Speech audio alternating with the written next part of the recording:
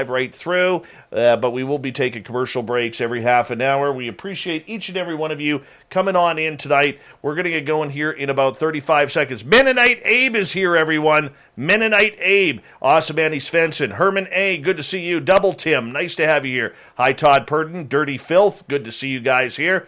Manitoba Becky, you're looking gorgeous tonight. Thank you for coming on in. And I know I'm missing some. John Doe, the Fapster, good to have you here. We're going to run out of time here. John Poe, nice to see you. And Sweet Donnie D, nice to have you here. And 10 seconds, guys. We're going to rock and roll here. We're going to have some fun and break down the month that was. Sit back, relax, because here we go.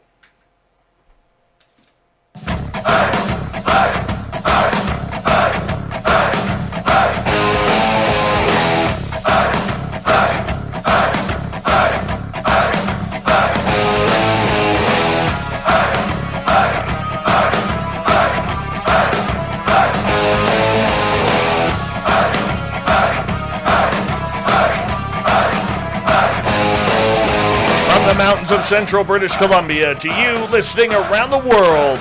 This, my friends, is Spaced Out Radio. I am your host, Dave Scott, sitting in the captain's chair of SOR headquarters. We welcome you to tonight's show on our terrestrial affiliates around North America, digitally on TalkStream Live, Revolution Radio, and KPNL. All of our archives are free by going to youtube.com/Spaced Out Radio. Do me the favor, hit that subscribe button. You can follow us on Twitter at Spaced Out Radio and on Instagram at Spaced Out Radio Show. Our website is spacedoutradio.com, where we have a plethora of features for you, including rocking out to Bumblefoot and reading up on Captain Shirk's SOR Newswire. Tonight's show is brought to you by Chive Charities. Help make the world 10% happier by visiting Chive Charities today. You can find them on our website. Now, at the end of each month, we bring in a super panel of super guests to come in for the SOR Round Table. It's where we discuss the month that was in the weird, strange, paranormal, and supernatural. And tonight we have one heck of a great team in front of us. We have Lynn Wallington from The Weekend Show. From MUFON, we have Tom Whitmore. From P3 Productions and our YouTube channel, we have Gary Spikes Jr. And Gary, I know we've been gaining listeners and subscribers left, right, and center on our YouTube channel lately. Man, you got to slow down in the work you are doing, my friend, because if you don't, people are going to be out there thinking that we are actually buying subscribers, man. I don't want that. Well, why do you think I'm staying poor? I've got to pay somebody to get me. Well, we appreciate you. John Hudson. What freaking moron would say that? You never know. There might be people out there. Who knows? You don't have to search that hard. Well, if you could do me a favor and just email me their contact info, I'd love to get in contact. I've got some work if they need it. Lou Jimenez from... I'll tell you, Lou, you have kind of stormed onto the scene. We really appreciate you from the unclassified. I apologize. I always get your. Oh man, I'm having a brain fart here. What? Your show? Yeah, the unclassified celebrity review.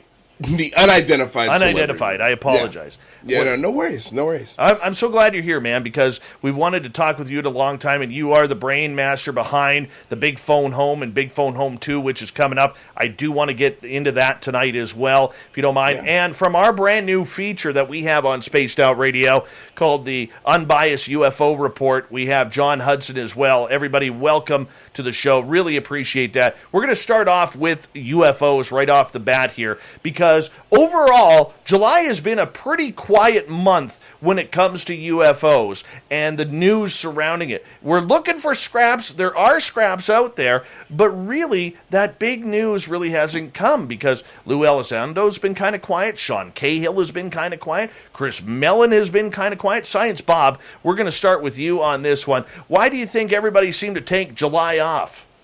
Because Congress took July off. Lots of people in government take July off. There's just not much going on. We did have Jeremy Corbell bring on Chad and have a fantastic interview, and we heard new stuff, and some of it controversial. So that was important. Lou, what's your thoughts? I mean, that's a great point. I mean, it's summertime. Lawmakers and things like that are usually out of town. But, I mean, we did see some really great suggestions and directions from, say, like a Chris Mellon. I mean, he blogs all the time, and he's always giving, he just had a diatribe on suggestions for Congress, and it was awesome. So there's little things like that are happening that I think are really important, that are going on behind the scenes, that maybe aren't as sensational and sexy as a piece of a craft or something like that. But I think they're really important, because that means the conversation is still happening somewhere on a congressional or state level. Well, we definitely want to see it happening. John Hudson, the newest member of the Spaced Out Radio team, want to just kind of get your thoughts on it, because you're the guy digging up all this UFO news for us. Well, I mean, the one thing I will say is I think as the noise drops down from all the major stories, what you get is a lower level of signal noise, where now all these other stories are popping up. And the cool thing is we're at a phase right now where who's reporting the story, when they're reporting the story, is sometimes almost as important, if not more important, than the actual story they're presenting. And so, you get to have these kind of two-level conversations about, Vice did this, and this was the content of the article, and it was interesting. And then someone else is like, yeah, but it was Vice, and look who wrote it, and why did it come out now? And so you do, as you kind of lower that signal noise, you do get kind of an uptick from all the other areas, which to a lot of people are more important because they're localized and they mean more to that group. Very true, very true. Tom, for you guys in MUFON, has it been a slow month? Yeah, it's been a slow month, but I think things are heating up on the controversial side with this, with these allegations against Travis Walton, and I think that's not going to go away anytime soon. And I think there is some movement going on behind the scenes there. Very much so. So let's get right into Travis Walton then. And Lynn, let's start off with you, because this is a story where Travis Walton, you know Travis personally, and this is someone who has literally talked about his alien abduction. We all know it as Fire in the Sky, the movie, and then the story behind Travis Walton's 5 days where he was taken on a spacecraft while his brother-in-law and his co-workers up in the forest were all charged with murder, and everything that goes along those lines. I think everybody pretty much knows the story. Give us the background of a little bit of the story and what your thoughts are on this new drama that's going on. Well, my understanding of it is that Travis used to be married to Mike Rogers' sister. Yes, thank you. His sister. And they divorced quite a while back, I believe. I don't think it was anything recent. And for some reason, I think it has something to do with the newest documentary, and there's an issue with money, that Mike isn't getting the money that he thought he should be getting. Now, all of a sudden, he's coming out and saying, after 40 years or whatever it's been, that they all made it up. I mean, I kind of find that hard to believe. Like, one, automatically, if somebody is saying things like this when money is involved, I automatically will question it, regardless of who they are. Just because money is a huge motivator for people to lie about stuff. And two, they've all taken multiple lie detector tests, and they've all passed multiple times. So I find it difficult to believe that every single one of those guys was able to pass a lie detector. Multiple times, yeah, exactly. So for you, Gary, when you look in on the Travis Walton incident, and the fact that they are now everybody's trying to brand Travis Walton as a liar and somebody who's lied for the last 45 years. What's your thoughts on that? That is actually one of the subjects in the UFO community that I've kind of kept in touch with. The biggest thing, I think, is not just Travis Walton. I know they're singling him out and hammering him, but I like how Lynn said it and Bob said it, where multiple people over a period of 40 years passed multiple tests, did hypnotherapy, regressive therapy. All of their stories stayed consistent all the way through for this amount of years. I honestly think they're just singling him out because he is in the limelight right now. I honestly think that they might pass if they don't get nothing with him, they might try to pass the ball on to the others and try to start singling them out. It's just a par for the course in the community. Very much so. Well, the one thing Go ahead, The one John. thing I would add really quick is that Travis was on a show the other day, and he was talking about the fact that it's at least his opinion at this point that the other individual involved, whose name escapes me at the moment, might have been pulling some puppet strings to specifically rile Mike Rogers up to essentially intentionally cause a conflict. Ryan Gordon. Yeah, thank you. And so, I mean, he was telling him some ridiculous things. I mean, just really just insane things that would make Travis look far more egotistical than he is. Put Mike in a bad spot much more than he could ever be.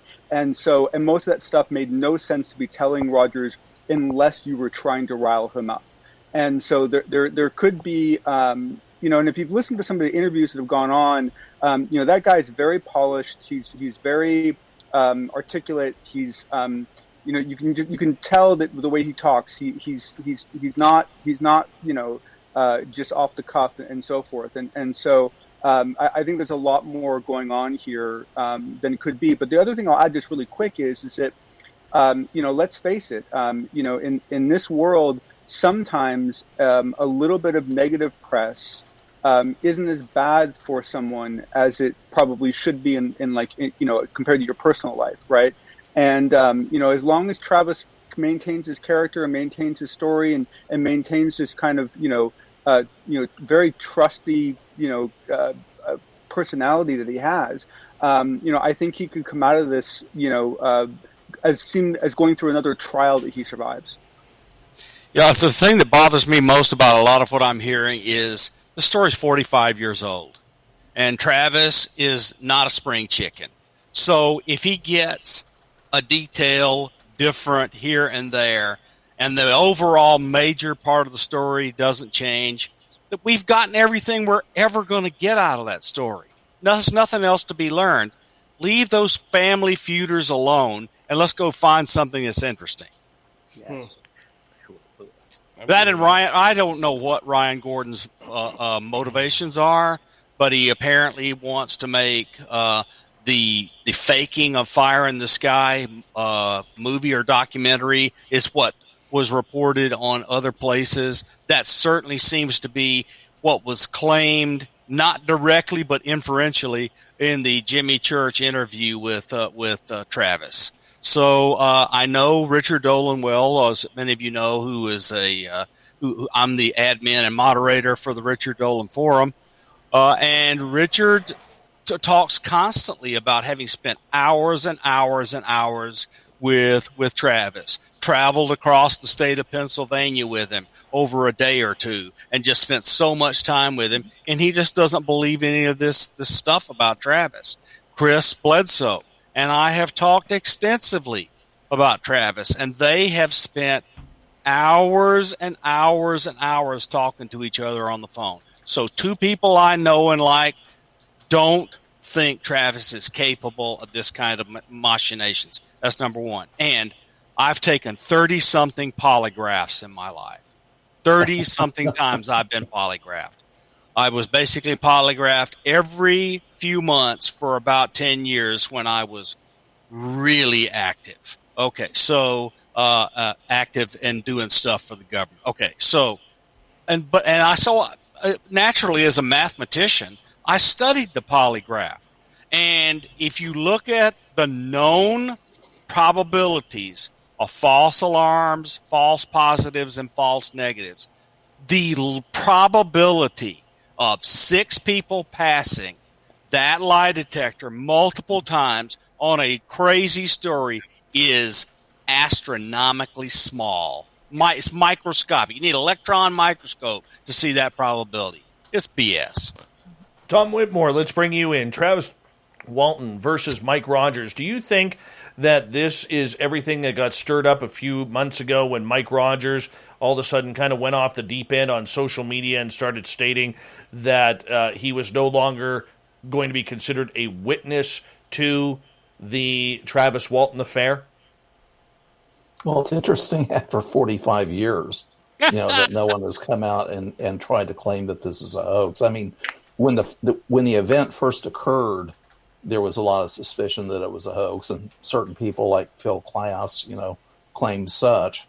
But after 45 years, you have to wonder, what's going on there. And And Mike Rogers has admitted himself that there is a monetary dispute between him and Travis.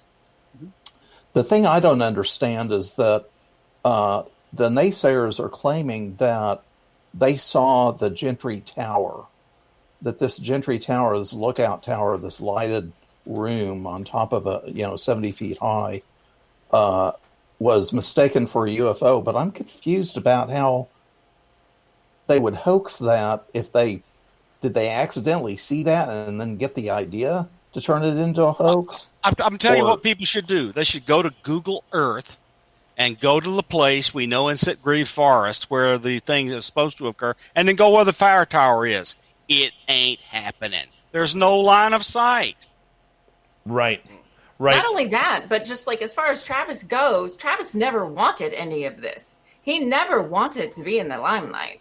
You know, it happened to him. He had a million people coming to him, trying to talk to him, having interviews with him. But he does not like being in the limelight. He really doesn't. He's a very introverted guy. So why would he make this stuff up? There's no reason for him to do so. It's not like he's made a ton of money off of it.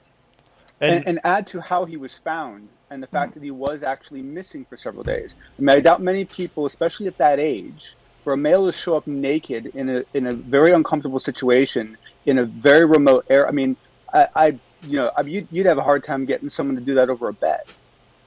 Let's get Lou in here right now. Lou, let's get your comments on Travis Walton.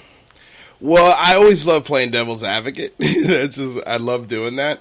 I don't really rely too much on the lie detector tests. They're 45-year-old lie detector tests.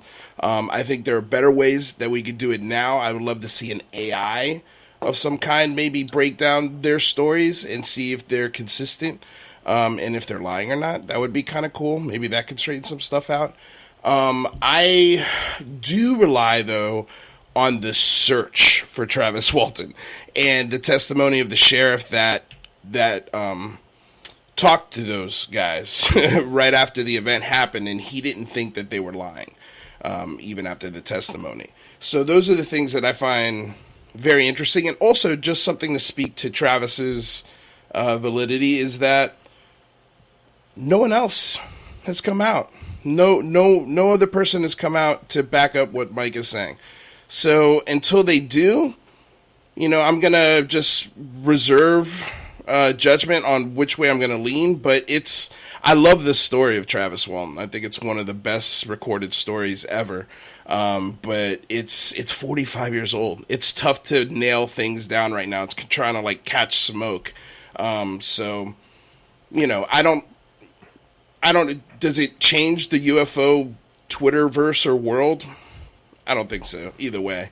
But yeah, I guess those are my thoughts. Well, we had a lame July, and we needed to stir stuff up so people could have shows. Yeah, true enough. Ivy in the chat room though brings up a good point, and this is what she says. She says Ryan also brought up other evidence like a light tower in the abduction area that could be mistaken for a UFO, and Travis Walton's mom calling off the search party. Can anybody address this? Who would like to go first? I don't know anything about Travis's mom calling off the search party. I've never heard that. But I don't really trust anything Ryan says because he recorded all his phone calls. To me, he's preemptively planning all of this for publicity. So I really don't trust anything that Ryan says. I find it hard to believe. Go ahead. I was saying, my understanding was that there was some report that at one point Travis's mom said something to the effect of, I don't see much value in doing the search at this point. I don't think he's around anymore, almost implying that, he might have not survived it or something for it. So that might have been something that was exaggerated at some level. And then the light tower that she's talking about was exactly what we were just talking about a couple minutes ago. It's not line of sight. It's not line of sight. And actually, if I remember correctly, what I thought Travis said on Fade to Black was that it wasn't even in the right direction. My understanding was that it wasn't in the right location for that. And I mean, come on. I mean, we've all seen. I don't know. It was well said. It's been a long time and so forth. But to answer the questions, I think that was the source of the rumor about the mom calling it off. And I think the lights that this tower we're talking about was the tower we were just mentioning a minute ago. I will say this though, his abduction story does not fit the ordinary abduction pattern. And the business of the UFO firing a beam at him, I mean, that sounds like science fiction, like out of the War of the Worlds. I've always had a problem with that, even though I'm not saying that he's created a hoax. Well, they didn't fire it directly at him. They were trying to leave, is his understanding of it now, that he's had time to process it, and he happened to get in the way. Well, yeah, I mean, that's a good point. And it's actually, to me, it's almost adds a little bit of credibility to it, because it was not an abduction. It was not a planned, I mean, if assuming that, you believe in all this stuff, basically they were not coming to get him. They were there for a different reason, at least according to Travis. And he basically stepped into something, got injured, and they basically picked him up to fix him because they felt bad that they damaged him. So it was a much different pretense and a much different usage of that encounter than you saw in other cases where there's genetic material removed, or there's there's a pattern of abduction over a lifetime of an individual. This was a kind of a one-off. So I mean, Tom, in a way, like what you just said, actually kind of matches what Travis describes. How many of you guys, as we got about 2.5 minutes, believe that Mike Rogers is the one who stirred this up? Because Mike has always been the secondary figure of it all, and there might be some jealousy there because Travis is the guy getting the conferences. Travis is the guy getting the interviews. Travis is the guy who they want to talk to about movies and documentaries. Anybody? Well, he sure took his sweet time. Ryan stirred all this up for publicity. Yep, 100%. Yeah, and if you hear Mike Rogers talk now, he's not animated. He's not really upset. He doesn't have the huge passion to he's very kind of mellow and almost like he would really rather not be having the conversation in the first place. And the story's 45 years old. There's nothing we have to gain from it. It's time to move on. Lou, you wanted to comment. I was just saying, I mean, he took his sweet time if he's getting angry now. I mean, it's 45 years. Just like, it's cool. I mean, now, okay, all right, you want to get mad now? Okay. Like it seems a little, the timing's a little off. But, again, like I think there are ways, especially as computers advance, we'll be able to really sort of be able to tell, okay, which one can we follow, which one can we trust, which one can we lead to, which one should we really devote our time and energy into talking about, Gary, do you think that 45 years later that the Travis Walton abduction still matters, or should we be working on other stories? I honestly think that we need to take a proactive look at it and compare it with newer reports, just like y'all was saying, because it doesn't fit the pattern. But one thing I wanted to say on what John was saying, even if you follow the story a little bit, even when it happened, Travis was the more flamboyant of the group. Roger was kind of laid back. The personalities are consistent all the way through this. So you have to keep that in the fact that even now he might be upset, but he's not pushing it. I agree that it's Ryan pushing it out of proportion just to get a clickbait. Well, clickbait or not, it's a story that is going to continue right through as the debate continues whether or not Travis Walton is credible and his story is real. I'm sure we can thank Hollywood for putting a lot of fallacy in the whole situation because of the way that they didn't describe the movie Fire in the Sky to the real incident that happened. But that's what Hollywood does sometimes. We got John Hudson. We got Bob McGwier, Lou Jimenez, Lynn Wallington, Gary Spikes Jr., and the legendary Big Bad Tom Whitmore here for the Roundtable. Coming up next, Avi Loeb. Is he seeing aliens in the sky? Let's find out on Spaced Out Radio next.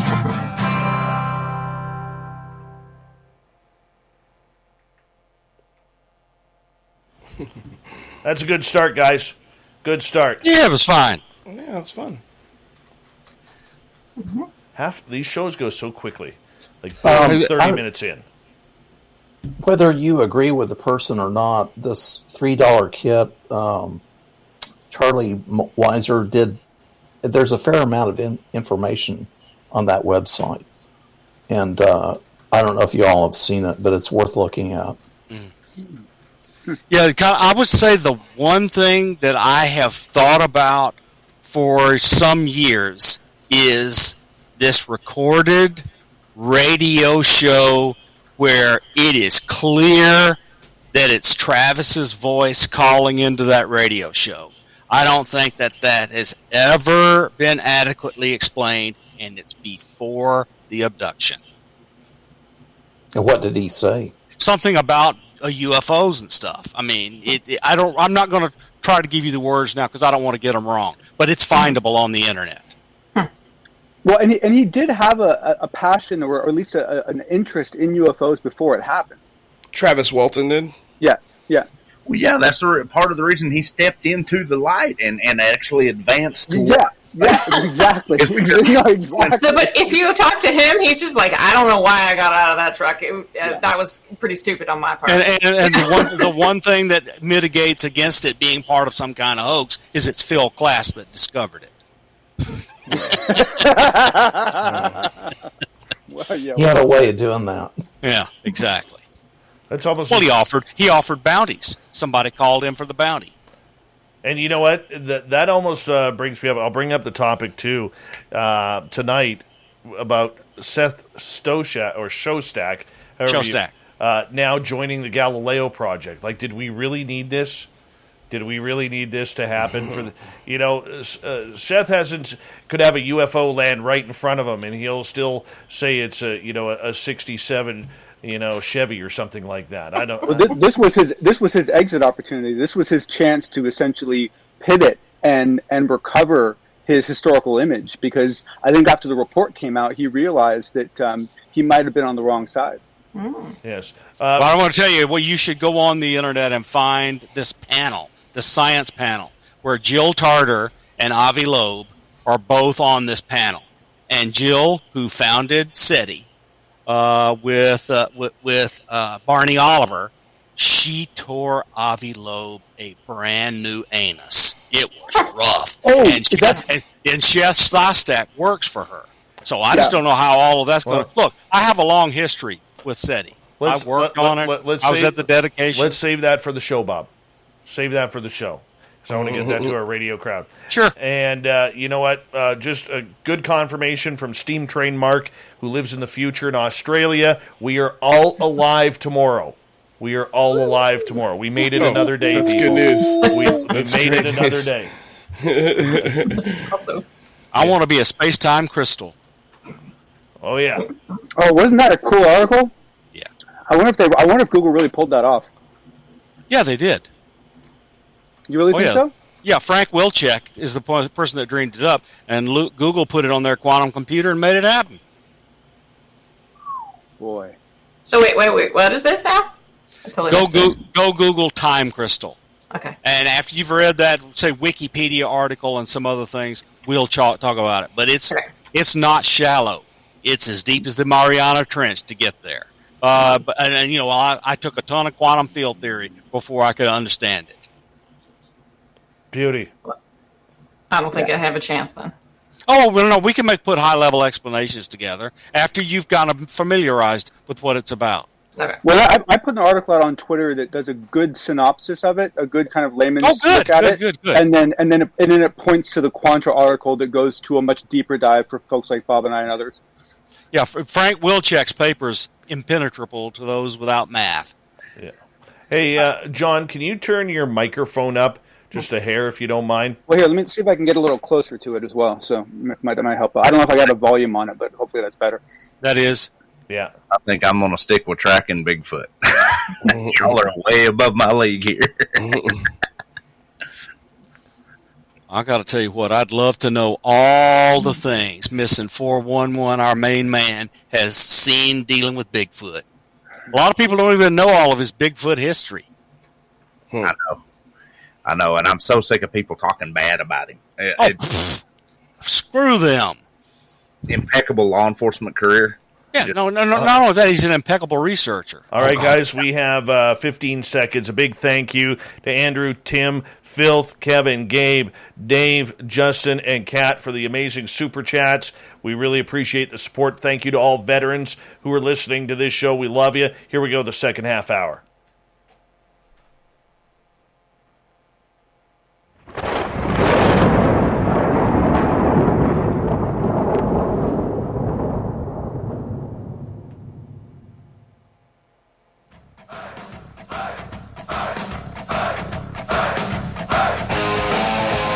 Second half hour of Spaced Out Radio is underway.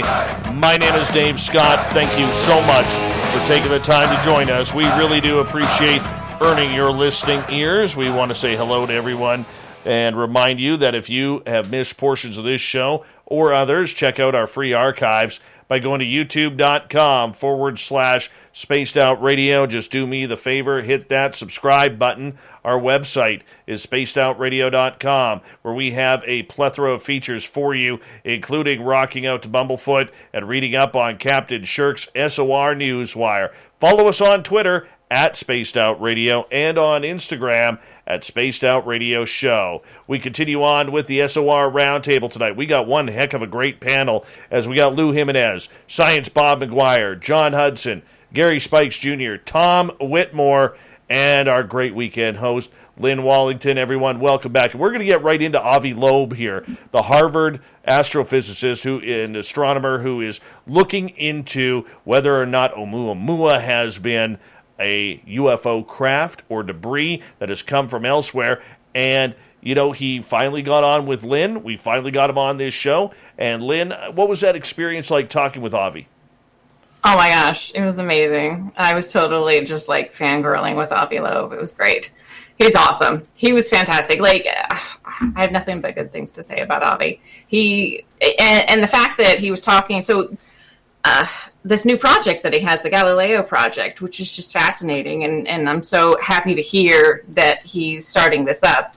So he's not only like talking about Oumuamua possibly being made from from an alien civilization, but he's also wanting to set up sensors around the world, if he can, to look at UAPs and try to get a more concrete idea of what they are. So I think that's fantastic.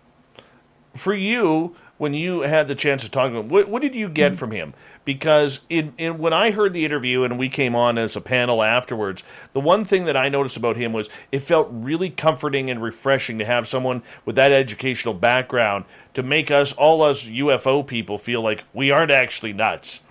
Mm-hmm. You know, that felt good. Yeah, and that's the great thing about Avi is that he exemplifies, like Science Bob, he exemplifies what science should be. He's open-minded. He's not closing his mind off to any of the options simply because it seems too far-fetched. You know, so Avi basically is looking at it very logically and saying, you know, these were the options. It was an asteroid, it was a comet, it was something else. And he's just like, I just followed the logic. I followed the facts. And, you know, what we found, it wasn't a comet. It wasn't an asteroid. The only thing left, and the way that it, you know, propelled itself from the solar energy and all of the different factors which he discussed, you know, he was just like, it had to be something very thin. It had to be something very wide. And, you know, the other thing that's left is that it was made from an alien civilization. Like, I can't argue with that. So I think that's great that he's open-minded. And that was one of the things we talked about was why is the scientific community so shut off to this particular notion when that seems to be the biggest question that they have, you know, is there life out there? Are we the only ones in the universe? And Avi seems to be, you know, the only one at the time that was saying, aside from Science Bob, of course, that was saying, yes, there's a possibility. And yes, maybe this is an example of it. Just awesome. Could very well. I'd like to add that I don't think he was hanging his hat specifically on Oumuamua. The way he talks, the way he phrases it, he considers that important. But if data comes out that shows that Oumuamua was something else, I don't think that's going to change his posture for what he's doing now. I think a lot of what he's doing is based on all the other data that's coming out and his desire to find out more about it for the open-minded curiosity you just mentioned, Lynn. Oh, absolutely. And he basically said, too, why are we sitting here waiting for the politicians to figure out what this is? They're not scientists. They don't understand what it is. And they're not going to give us the information. So we need to take it upon ourselves to look for it. And he's absolutely right. Absolutely. Lou, your thoughts? Well, I also spoke to Avi Loeb and Paul Davies from the Galileo Project. And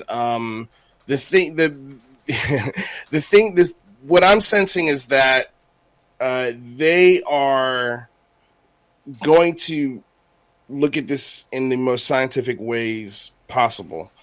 Number one. Number two, we have to set our expectations. They only have $1.75 million. To do this the right way, they're going to need somewhere in the range of $75 to $100 million to really do it right. Now, the instruments that he's talking about buying are fairly cheap, except for when it comes to the camera systems and the hardware to record these images. But I found it interesting that there are a lot of different takes on what they think this UAP phenomena is. For example, Paul Davies thinks it could be something like a ball lightning, an atmospheric condition, something like that, which I know bums a lot of people out. That's not what they want to hear whatsoever, and I totally understand that. But then you talk to Avi Loeb, and Avi's like, yes, this could be an extraterrestrial civilization. It could be, interdimensional. It could be ultra-terrestrial. There's so many different options. We have to keep our minds open, but we also have to follow the data and see where it goes. With that said, they're not going to be looking at any historical data. They're not going to be going back in the history books to look at any other cases. They're starting from scratch and going forward when it comes to collecting data. So I'm excited for it. And I know there are a lot of people that are nervous with other people like Shostak coming into the picture. I would say don't be too nervous. Avi's the head of it, and he's the guy raising the money. It's good to have as many differing smart minds as you can in the room, because you don't want to have an echo chamber. You want people to bounce ideas off of and make sure that you're going in the right direction. And that's what's comforting. But, man, they've got a very, very, very long way to go. Interesting. Tom Whitmore, let's bring you in here. Avi Loeb looking for UFOs. The Galileo Project comes up. Is this what's necessary to push this through to the next level of scientific research into life out in the stars? Well, it's definitely a step in the right direction. The thing that intrigues me when I'm looking at their list of priorities, one of them is the possibility of extraterrestrial satellites orbiting the Earth, if I read this correctly. And I'm thinking, why would you be looking for that? Don't the United States intelligence agencies have the capability of detecting that? It seems like a duplication to me. I'm not criticizing him for wanting to do it. It makes perfectly good sense to me, and I'm fascinated with the prospect of him looking for UAPs and other extraterrestrial objects. I've never heard scientists talking about miscellaneous extraterrestrial objects moving through the solar system, other than, say, comets. But they normally have orbits anyway. But this Oumuamua thing seemed to just kind of come through, and I think he's making a very good point that we should be looking for things like that. Definitely. Science Bob, I want to ask you, what is the big difference between what Avi Loeb is doing and collecting scientists from around the world for this great new project and what the SCU is doing?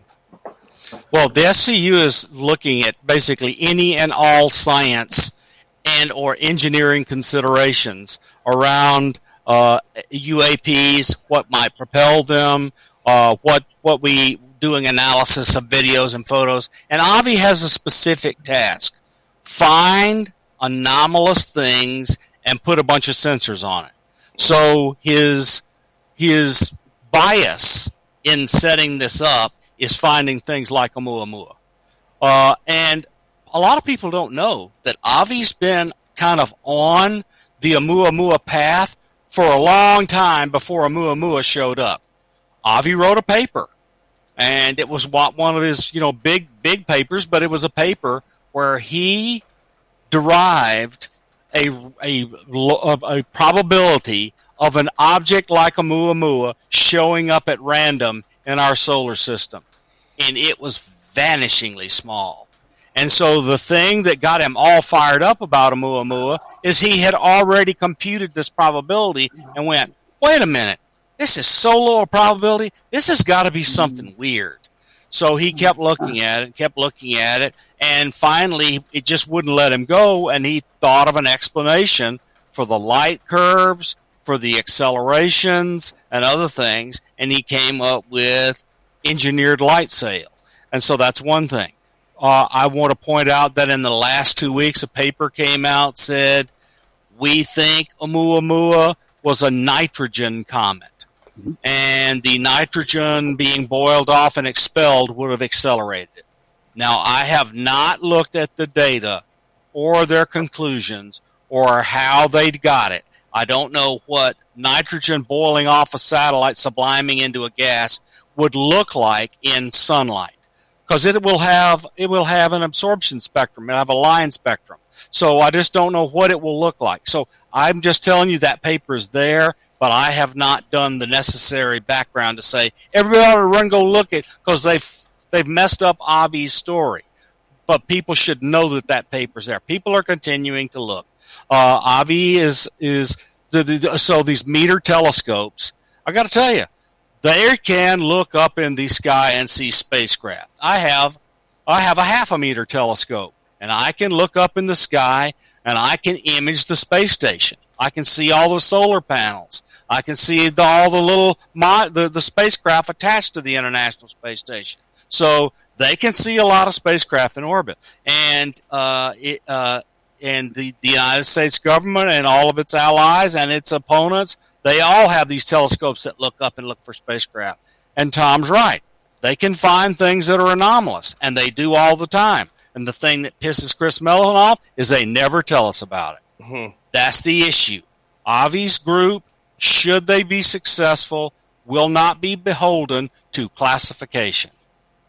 But it adds credibility to the field when now we're going to see a lot more scientists, big-name scientists from big-name universities coming out and supporting this project, something that they have been remiss to do up until this date, because not many scientists want to put their jobs or their tenure or their future grants on the line regarding UFOs. But again, I want to point out the problem.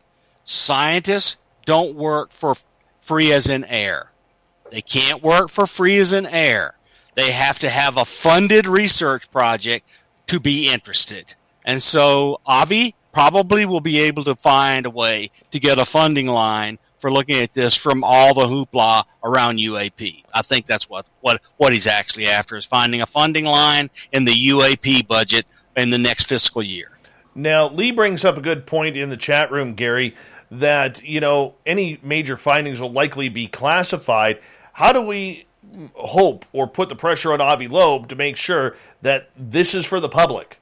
It can't be classified. They don't have a skiff. They don't have clearances. They don't have any security structure. It's nothing to do with security. Just let me end it before you go any further, because it's not there. They don't have a security system. Just forget it. It's open. Yeah, it's an open source study. They're not hiding anything. Anybody can get to the information. So that Avi stressed that's one of the biggest differences between the Galileo project and a lot of other things that are going on is and that's exactly why they are not also reliant on government information. They're not going to be taking anything out of a congressional report. They're not going to be taking any stories. None of those things will be included into their research, and that is because they do not want to be beholden to the government when it comes to releasing data. Yeah, but we also just to add to that, he specifically talked about the fact that the reason why they needed so much money is they want to build their own devices, because in a lot of cases the reason why the government won't release the information isn't because what was filmed was classified. It's because the devices it was recorded on are sensitive devices. And think about the money it would cost to clean up that information to release it. Who would even pay for that, right? I mean, who would even fund that within the DoD to clean up space data so you could actually release it to the public? So by them building on their own gear, no scientist, none, not one scientist wants data that somebody else is effed with. Yes. Well, never. But gentlemen and lady, I will say this, and Gary, I'm going to give you a chance to speak here for a quick second. Okay, we heard the same thing from the To the Stars Academy when they came out, that they were going to be for the public. All the news was going to be for the public, and they were going to release everything to the public. Tom DeLonge stood on that stage at a pressless press conference and stated, we're here for the public. We're going to give the public UFO information. Gosh darn it, I am bringing disclosure. And There's everything a big difference, went, though, right? And everything and then went, WikiLeaks. Yeah, Gary, your thoughts. Turn your mic on, bud. You're muted. Honestly, y'all are way out of my league here, but I'm gonna say one thing. Being, kind of like Bob, I work with the government, United States Department of Defense, Army. But my big point here is, I'm honestly at the point now with Avi Lowe and what they're doing now that the government is not even going to try. That's the reason. I'm just a simple redneck's theory. The whole disclosure thing is they know now that they cannot control everything.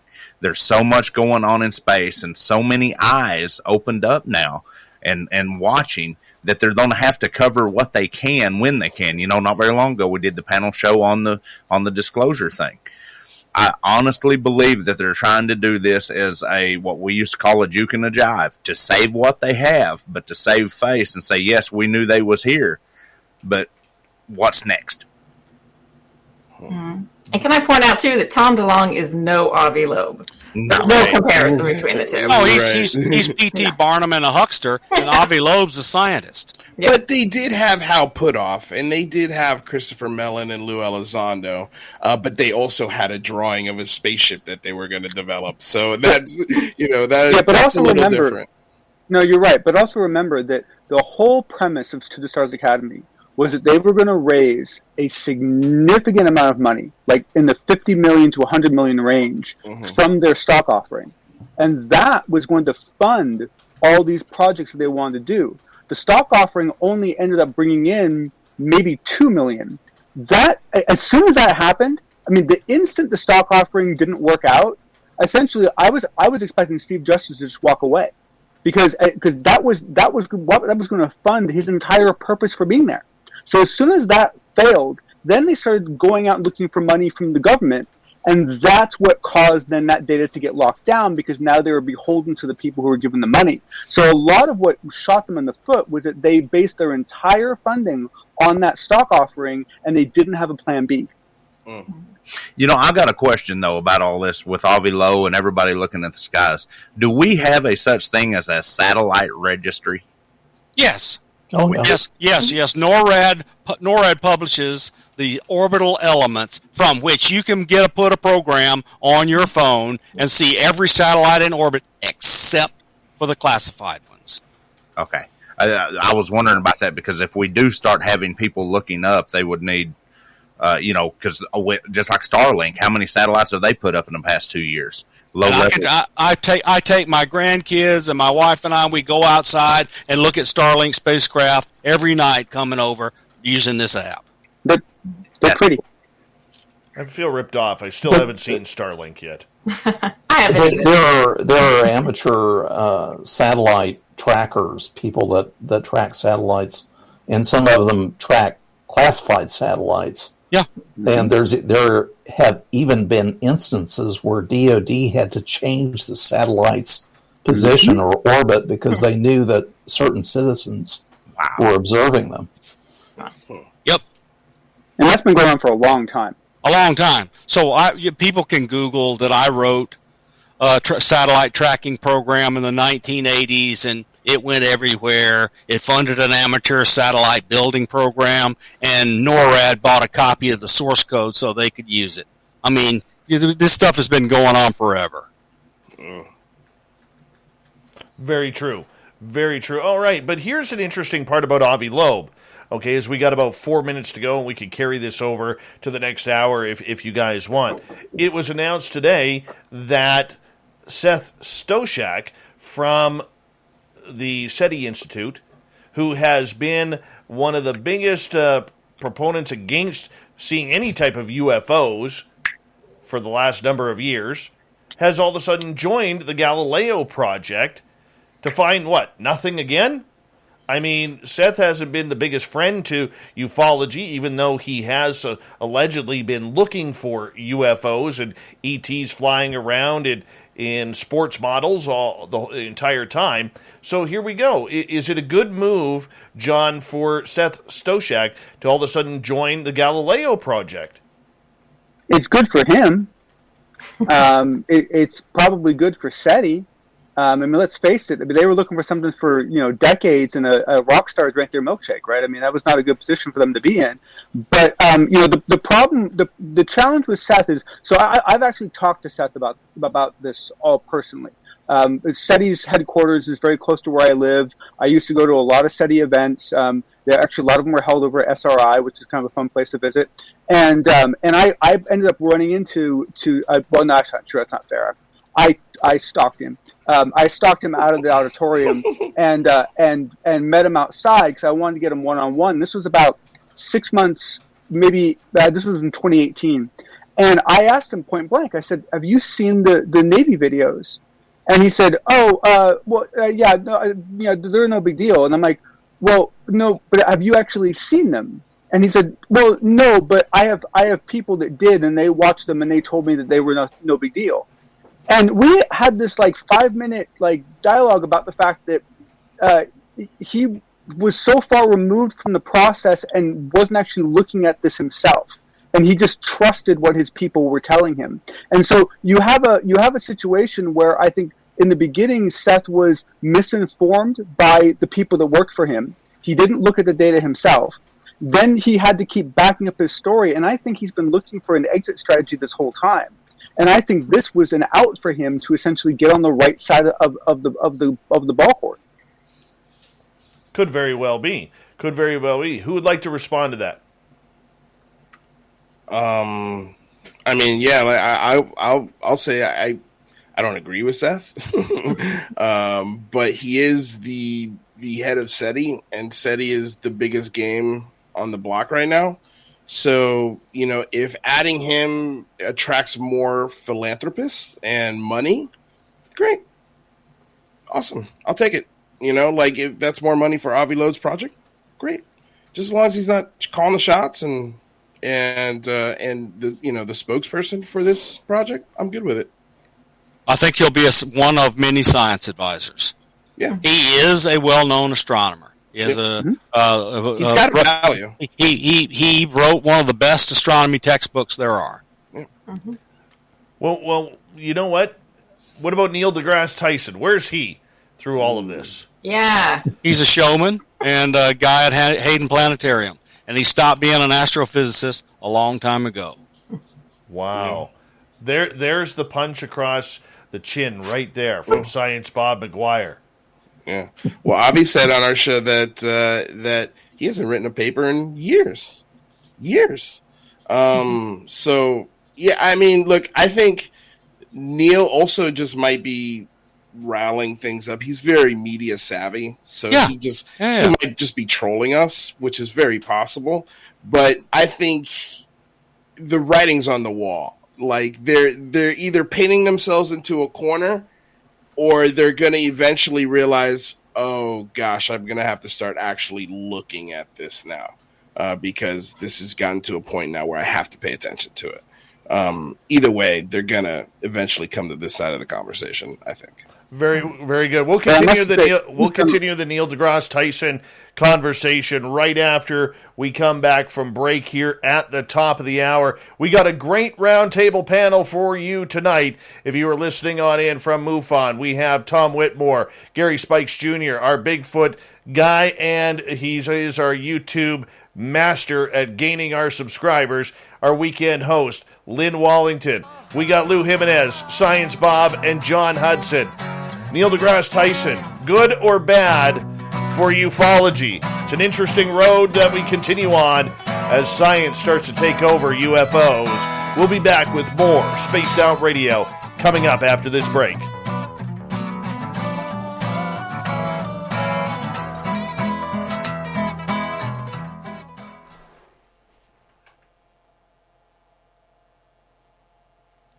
All right, we're clear.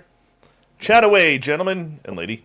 Is it all right if I use the restroom for a second? Yeah, we got 6 minutes. 6 minutes. Okay, great. Dave's going to do that. I'll be back. We're all scrambling. Lynn, it's your show right now. Awesome. I get the pee show. Fantastic.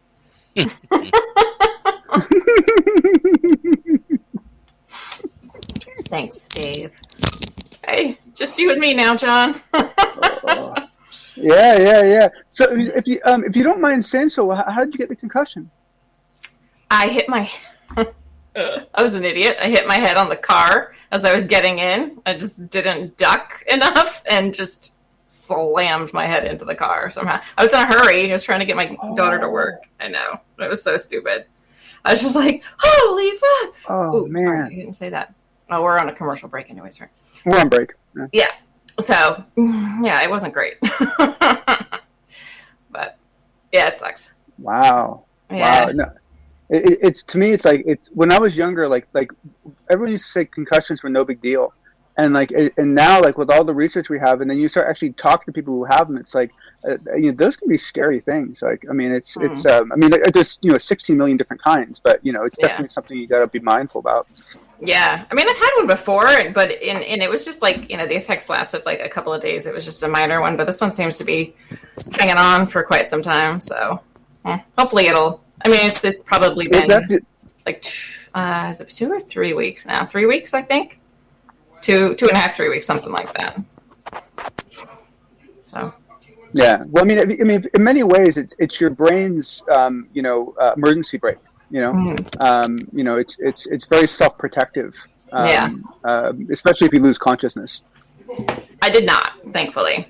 Well, that's good. Yeah, I looked. As Gary said, I looked like a UFC fighter for a while. Luckily, makeup is a great thing and covers it all up. So. Yes, it does. She did in about 15 minutes. I was like, wow. Yeah, because he hadn't seen me without makeup on over it, and then I was just like, "Hey," one morning, and he was like, "Holy fuck!" Well, I've seen a lot of bruises in my time with my, semi-fighting career myself, and I was like, "Dadgum, that's a shiner, boy." Yeah, it was pretty gnarly, but luckily, it's almost gone. So I'm happy about that. The biggest thing was and people don't understand what a concussion will do to you. I mean, you could visibly and theoretically tell the difference in your voice and the way you was interacting with people. You took a whack. Yeah, I did. Yeah. Luckily, it was after I talked to Avi, so that's good. The important things in life. Right. I'm learning even tonight, but I'm like sitting here trying to take notes. I mean, I'm like, golly. Of course, every time you guys get on, I'm like taking notes because I'm just a big guy. I never got into the UFO stuff, but that's fascinating. It's fascinating stuff. Hi, Lynn. Hi, Tom. How are you? It's late for me. I guess you're on the East Coast, aren't you? Yeah, it's 1 so o'clock. So it's even later for you. It but is, she's always awake for the witching hour. True. It's my favorite time of day. Actually, no, if I'm not on the show, I'm usually sleeping. Tom, what time zone are you in? Central. Yeah, I am too. Yeah. Are you back? You back in Texas? Yes, sir. Oh, really? San Antonio, Texas. San Antonio. What a lovely place that is. Great food. I love the Riverwalk. And I did a lot of work for one of the best not-for-profit corporations that was ever done with Sweary. I did a lot of work. Yeah, a lot of work with them. Well, I'm straight north of you, Tom, about 10 hours. Oh, really? Yeah, I'm in OKC, Oklahoma. Yeah, Tulsa is my hometown. Really? My wife's in Tulsa. Yeah, I'm from the South. I lived in Portland, Oregon 4 years. I couldn't stand that. I moved back down here to Texas, and then I moved to Washington, D.C. for almost 2 years, and I came back here, so I guess I need to stay here. All right, Lou Jimenez, we got a major question to ask you. Yeah. Uh-oh. All right. And this will determine whether or not you're able to come back on the show after this or not. Right. What is your opinion of eating breakfast foods for dinner? Really? Get it right. Get it right, Lou. Come on, Lou. I'm down.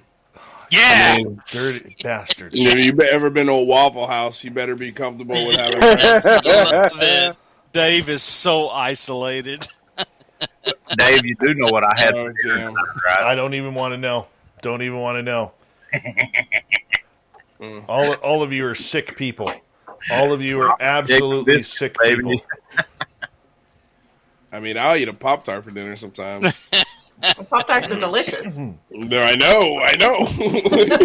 Yeah. They're full of mystery chemicals, but they are delicious. What makes them good?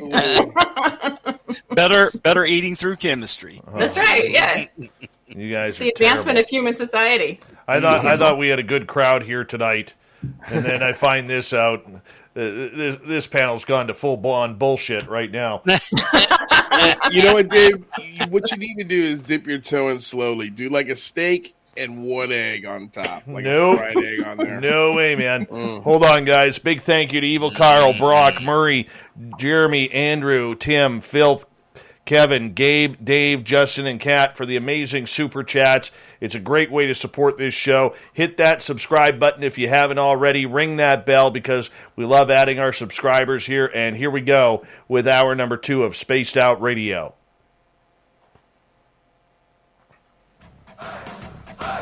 You're listening to Spaced Out Radio with Dave Scott.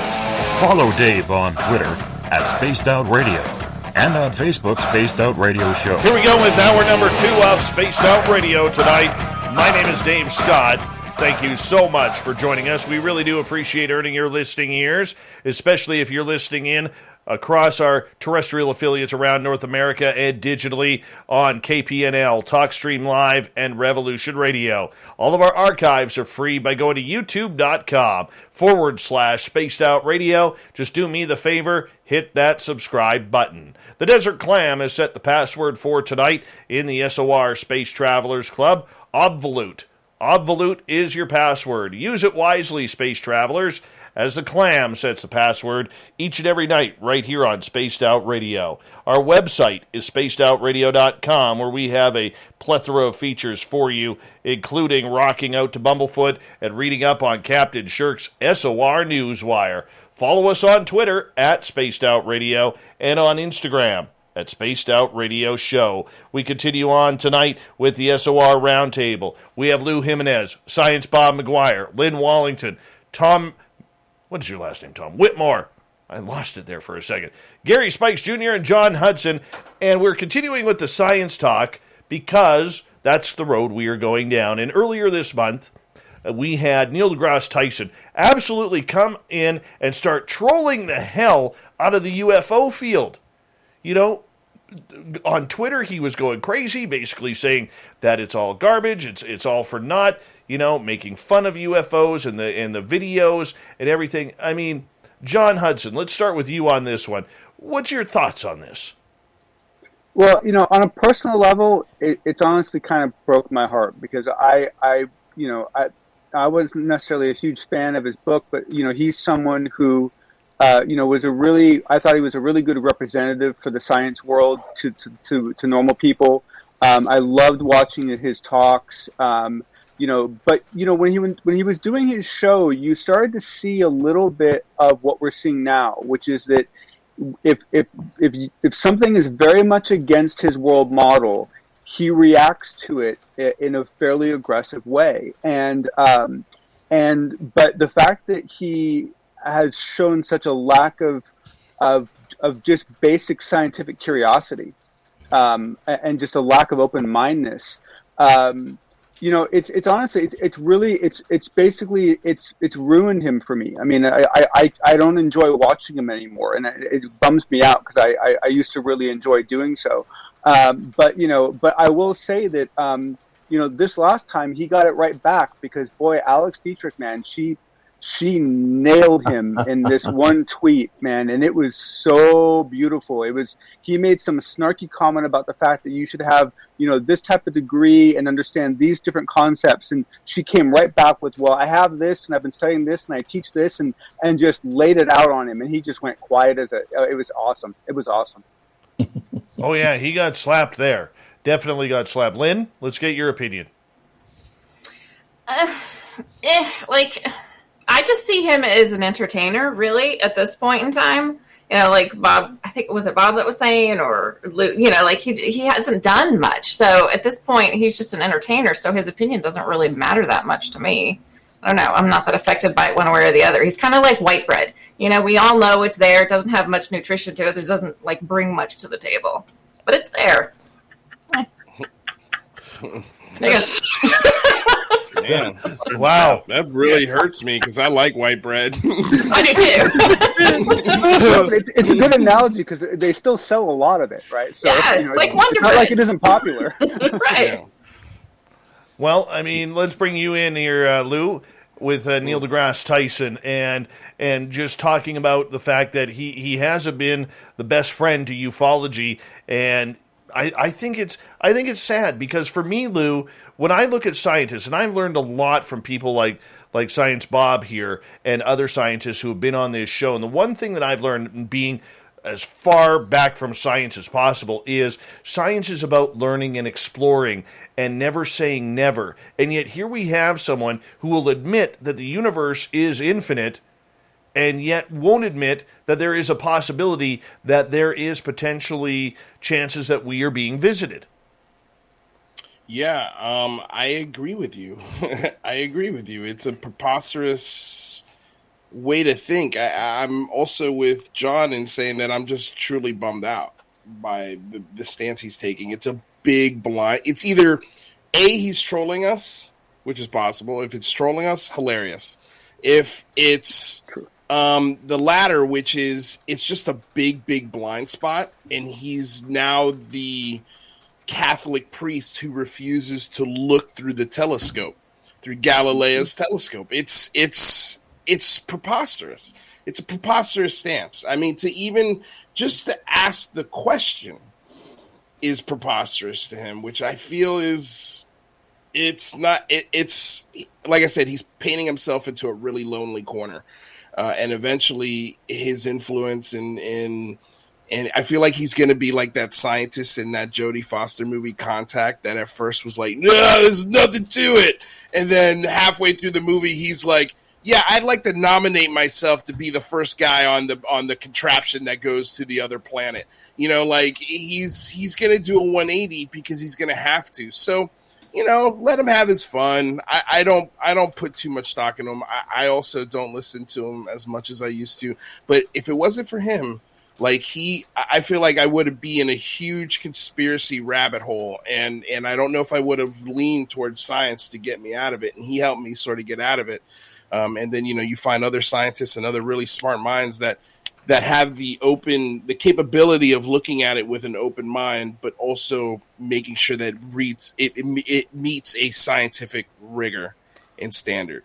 Bob, I'm holding off on you on right to the end here, if you don't mind. Tom Whitmore from MUFON, we bring you in here. You're somebody who is committed to trying to find these answers to what is going on with these unusual craft that are being seen and reported by everybody from airline pilots to civilians and military alike.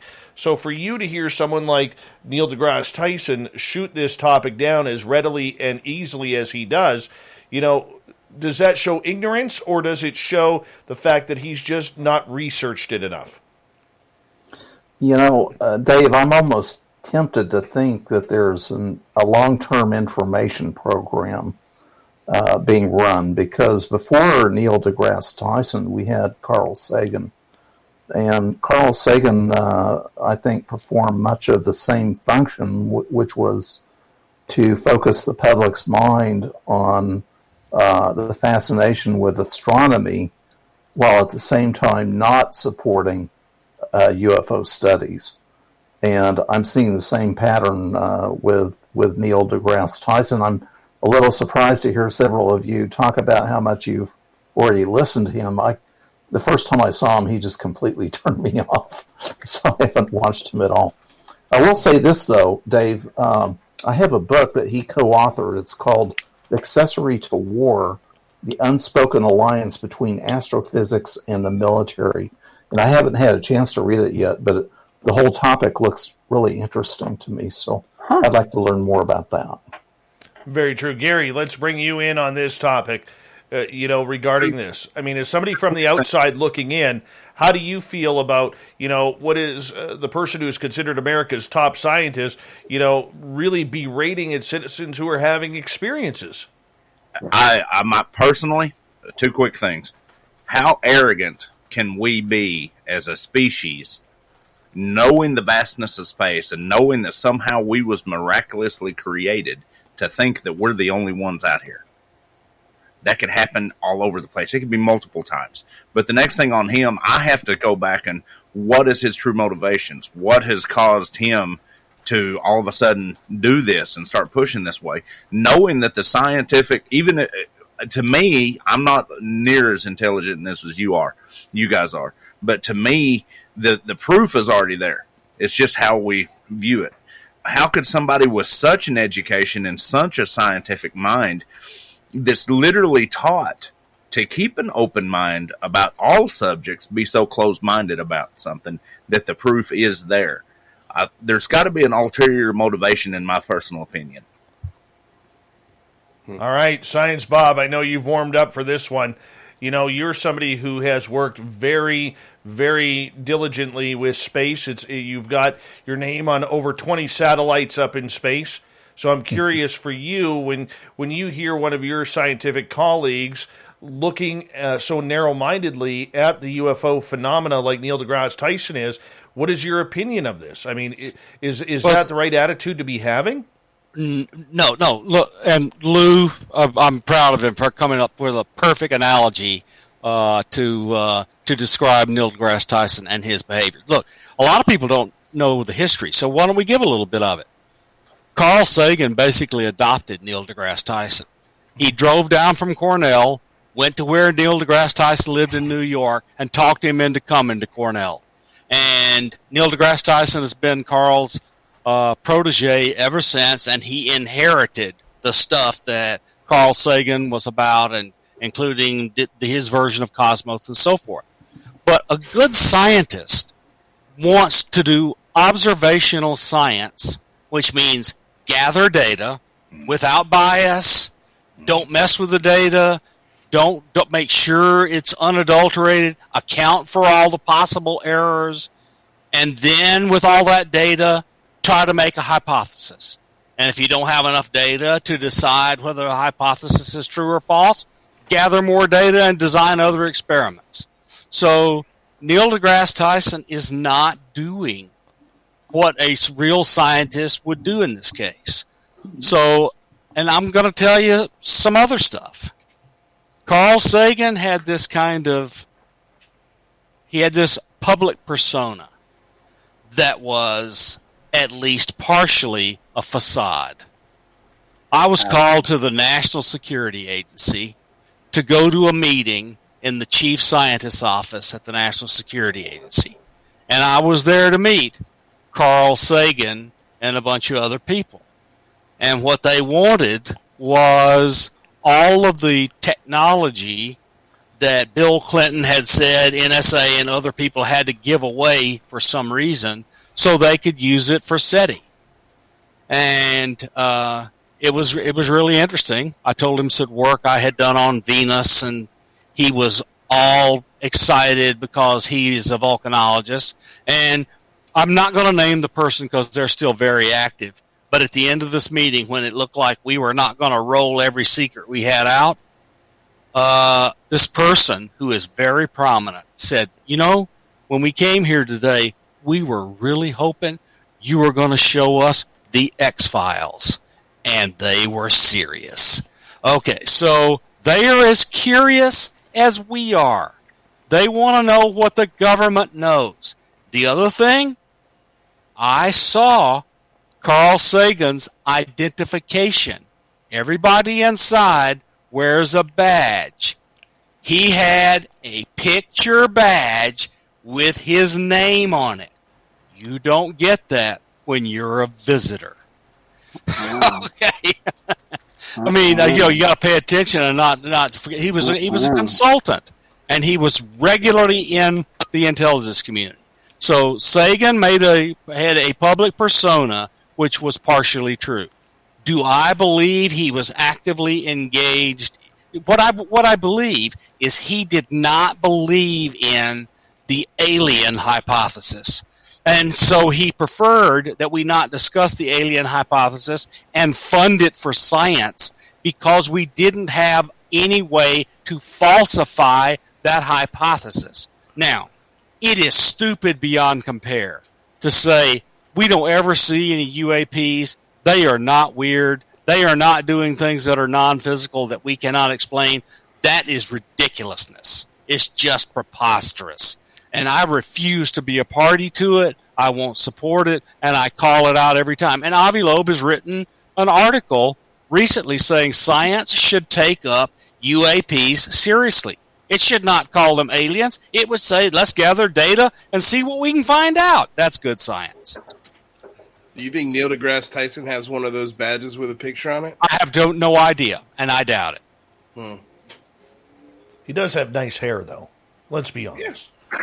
Well, I mean, he did pretty. I mean, I find it interesting that you said he did pretty much take the mantle from Carl Sagan. Because he did Cosmos almost every single way. In almost every single way. He was not a faculty member, but I do not know that he did, and I never saw him inside, and I was on the inside until completely inside until 2010, and then on the periphery, but still able to go inside until May of last year, and now I'm out. I never saw Tyson in there.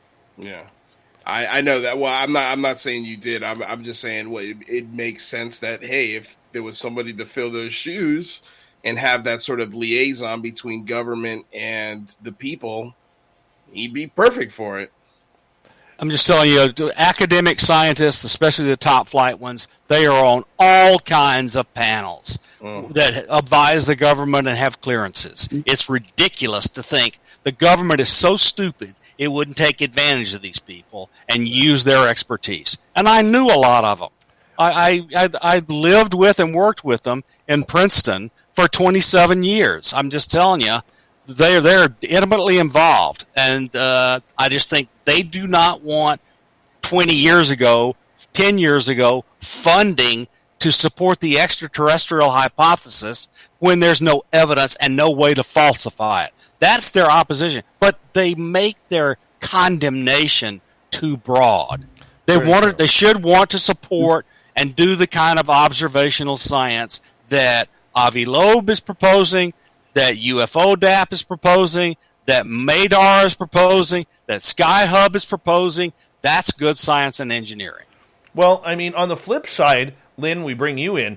We are actually having scientists debate this subject now publicly. They are not hiding behind the doors. They are not hiding from the topic. Even deGrasse Tyson, even though he's not in support of it, he is still talking about the subject. And I think the more scientists that are coming public talking about this is bringing some very positive awareness to the subject of ufology and UAP. Your thoughts? I agree. Though we still have some ways to go. I mean, I was watching a show where they were talking about Avi's theory about Oumuamua and laughing about it, saying, "Well, like that's crazy." Yeah. So they're getting more open to it, but they're still not open to it. They're admitting that there might be a possibility of something at some point, and let's figure out what these UAPs are. But I don't think they're as open to it as I would like. But for sure, it's a step in the right direction. So that makes me happy. How about you, Tom? Oh, I think it's great that they're discussing it. I perceive that DOD, at least elements within the DOD, must be very close. They must be concerned that they could be very close to losing control over this whole conversation. And that's what I find to be very interesting. I know, well, I'm sure there are factions within DOD that are, they're in conflict, and some people want more discussion of this subject and some people don't. But with, the release of the report and all the publicity that has come about, and because of the discussion by really top-level people like Dr. Loeb, I wonder if at some point they're going to lose control of the discussion. That would be very interesting. I think they've come close to losing because Catherine Hicks, who's Deputy SecDef, has ordered the Pentagon to participate, and that includes the United States Air Force, the United States Space Force, and the Army, who have been silent. Very true. John Hudson, your thoughts? Yeah, just that what Bob just mentioned still just blows my mind that happened. I think that was almost more important than the report was. But I think in a way what Avi's doing, this project might actually be a kind of a Switzerland type situation for people that either wanted to come out and talk about this but never felt safe to do so. They can now join that program, and it gives them an excuse, an umbrella for them to start talking about this topic without necessarily losing their credibility, because they can at least say, well, look, I'm working with Avi Loeb, give me a break, right? And so, you do have kind of a situation where it's not only people talking about it, but a lot of this is about building cover for people so that they can talk about it. I mean, there's a guy I talk to all the time on this one private forum I'm on, and he's so passionate about this. He's writing software. He's really, and he won't even tell us his name. He's scared to even give us his first name because of where he works, right? And it's not that he's working on top secret stuff. It's that he doesn't want the ridicule. He doesn't want a project that he proposes to get shot down because someone's lost faith in him because he started talking about UAPs. That's tragic. I mean, that's absolutely tragic. And so I think one of the most important things about what Avi's doing and what all this talk is now creating is a gradually safer environment for people that do have a passion for this stuff to start talking about it more publicly and joining the conversation, and that's all good. I think it's very good. Gary? I've actually got a question. How does this affect the Department of Defense's top-notch, top security level stuff in the atmosphere? If we have a program with all this open disclosure and people seeing the stuff in space, how is the Department of Defense and all the governments of the world going to protect their assets that they want to keep secret? You'll never see any of the data. They're not going to reveal the capabilities by giving you away the data from which you can derive it. They may make an English sentence describing what they found, but they will never offer proof. What if Avi's program gets it? That's something different because he's not controlled by the United States government. Then does he become a threat to the program? No. Okay, cool. No, absolutely not. Well, I'm not sure about that, because if you're a citizen and you see the stealth bomber or the stealth fighter fly by before it's made public, it's not inconceivable that a couple of people could show up at your front door and advise you not to talk about it. And I don't know why that can't happen to Avi Loeb if he discovers satellite that nobody's supposed to know about. I have advice. For anyone that happens to. Pick up a phone and call Michael Sheehan Esquire and give them hell. Michael Sheehan or Daniel Sheehan? Daniel Sheehan Esquire. Give them hell. I also wonder how many of those objects will actually be picked up. There has been a program going on for many, many, many years, specifically to combat amateur astronomers from tracking satellites. And so I would be, depending on what frequencies they're using and so forth, I wouldn't be surprised if some of the more important assets that we have in orbit essentially won't necessarily show up very well. Very true. Very true. Panel, I'm going to get you to hold on right there because we are going to go to break here at the bottom of the hour. Lou Jimenez, Gary Spikes Jr., Tom Whitmore, Science Bob McGwier, John Hudson, Lynn Wallington, and myself, Dave Scott, here for the panel. We are halfway done, and we are going to continue rocking and rolling. Next, we're going to get into Bob Lazar. The story continues because there's a new witness that is out. Yes, let's get into sweet Bobby L. when we come back on Spaced Out Radio.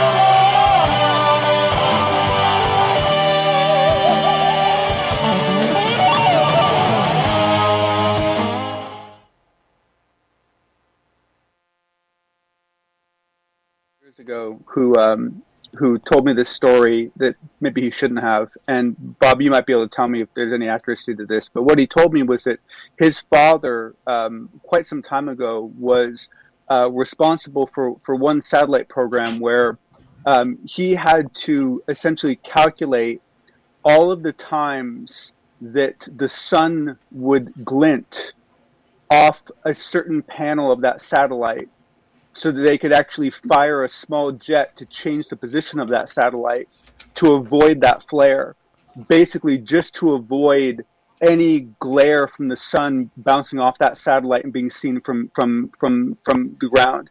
Bob, you think there's any truth to that? Yes. Yes. That's a lot of...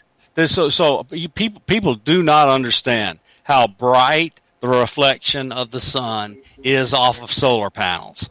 They have these glass covers over them that keep the bad particles from eating up the stuff that the solar cells are made of. And it's like a little mirror. Some of the sun is reflected, and it's more than enough, especially if they're big satellites, to be seen from the ground. And they would say, okay, we don't want to do that while we're over this area, so we'll turn away. Yes, the answer is yes. Excuse me. And they can articulate the panels, so they would do this when they are because they have batteries, so they just run on batteries. And once they're past that, they flip the solar panels back up and let them charge the batteries again. It's really this stuff is, once you think it through, it's high school geometry. Yep. And you can get the report on a lot of this. It's usually about 25 years behind schedule. So I think you can get from 75 or there might be one newer than that. And you can see some of the defensive technology that's been put into some of these satellites at much earlier stages. And there's a lot of thought and a lot of energy put into making these devices non-visible. Yep. All right. The public wants to see your name. Bob, I got to ask, because it's been asked in the chat room, are you wearing lederhosen and have a beer stein right beside you? I have a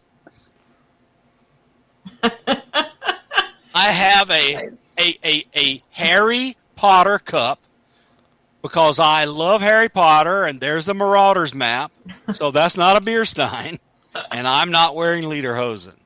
I have, what is this shirt? It's a map. It's a world map. That's awesome. I think we need the lederhosen next time, Bob. I'm happy to put on my coveralls. I wear them almost every day. Gary Spikes Jr., Mr. Apnea in the chat room is very impressed that in Oklahoma you have a working air conditioner. That is a big investment for us. We budgeted in because it got to 104 down here today. And, buddy, with my health issues from the past couple of weeks, I'm not getting out from underneath that air conditioner. Thank you, Bigfoot Michigan Rob. He says, great show, Dave, and your incredible panel. So, thank you. I appreciate that. Michigan Rob is a great fan. Yeah, he's amazing. He's amazing. Lynn, who is on your show tomorrow night? It's John Hudson, isn't it? It is John Hudson, the one and only. Yeah. Nice. I'm stealing him from you tonight, eh? Yeah, I'm sorry. No, that's okay. You know why? Because I forgot to tell John at the final Friday of the month we do the Roundtable, so we don't do news. Mm-hmm. And I'm like, oh, God, he's got everything prepared, and how do I... screw it. Come on, Well, it's John. his subject matter, anyways. It is totally his subject matter. In this group. Mm-hmm. I hear you. Yeah, that's why tomorrow we're talking witches. All right, awesome. Yes. Dave over here agreeing with me being the odd duck. Now I feel bad. What are you talking about? You said, and I said, I'm the odd duck in this group. No. No. I'm the token Canadian here. Right now, that would be me. Dave is Or really me. an odd duck. All right, we got 30 seconds here, guys.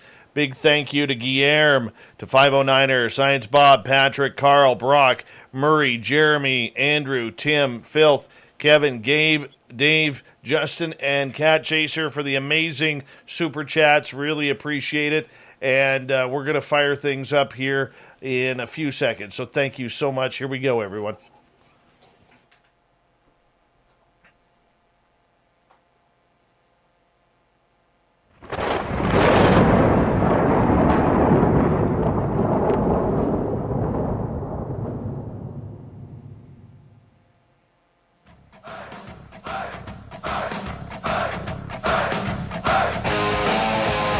Past the halfway point of Spaced Out Radio tonight. My name is Dave Scott. Thank you so much for taking the time to join us. Really do appreciate earning your listening ears.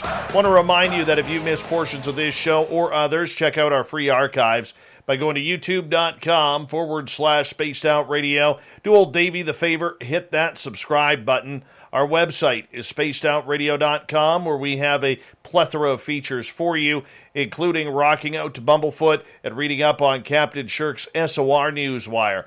Follow us on Twitter at Spaced Out Radio and on Instagram, Spaced Out Radio Show. Before we continue on the panel tonight, I want to bring in Lou Jimenez, because this gentleman here came onto the UFO scene very, very hard, very fast with the Big Phone Home. And Lou, you got another Big Phone Home coming up here in September. Tell our audience of Spaced Out Radio what it's all about and how you came up with this idea. Well, basically, I came up with the idea after listening to a lot of podcasts, UAP podcasts, UFO podcasts, and sometimes at the end, they'd be like, well, the best thing you could do is call your representative and ask them for more data or transparency. I was like, well, that's not very inspiring. How many people are actually doing that after that?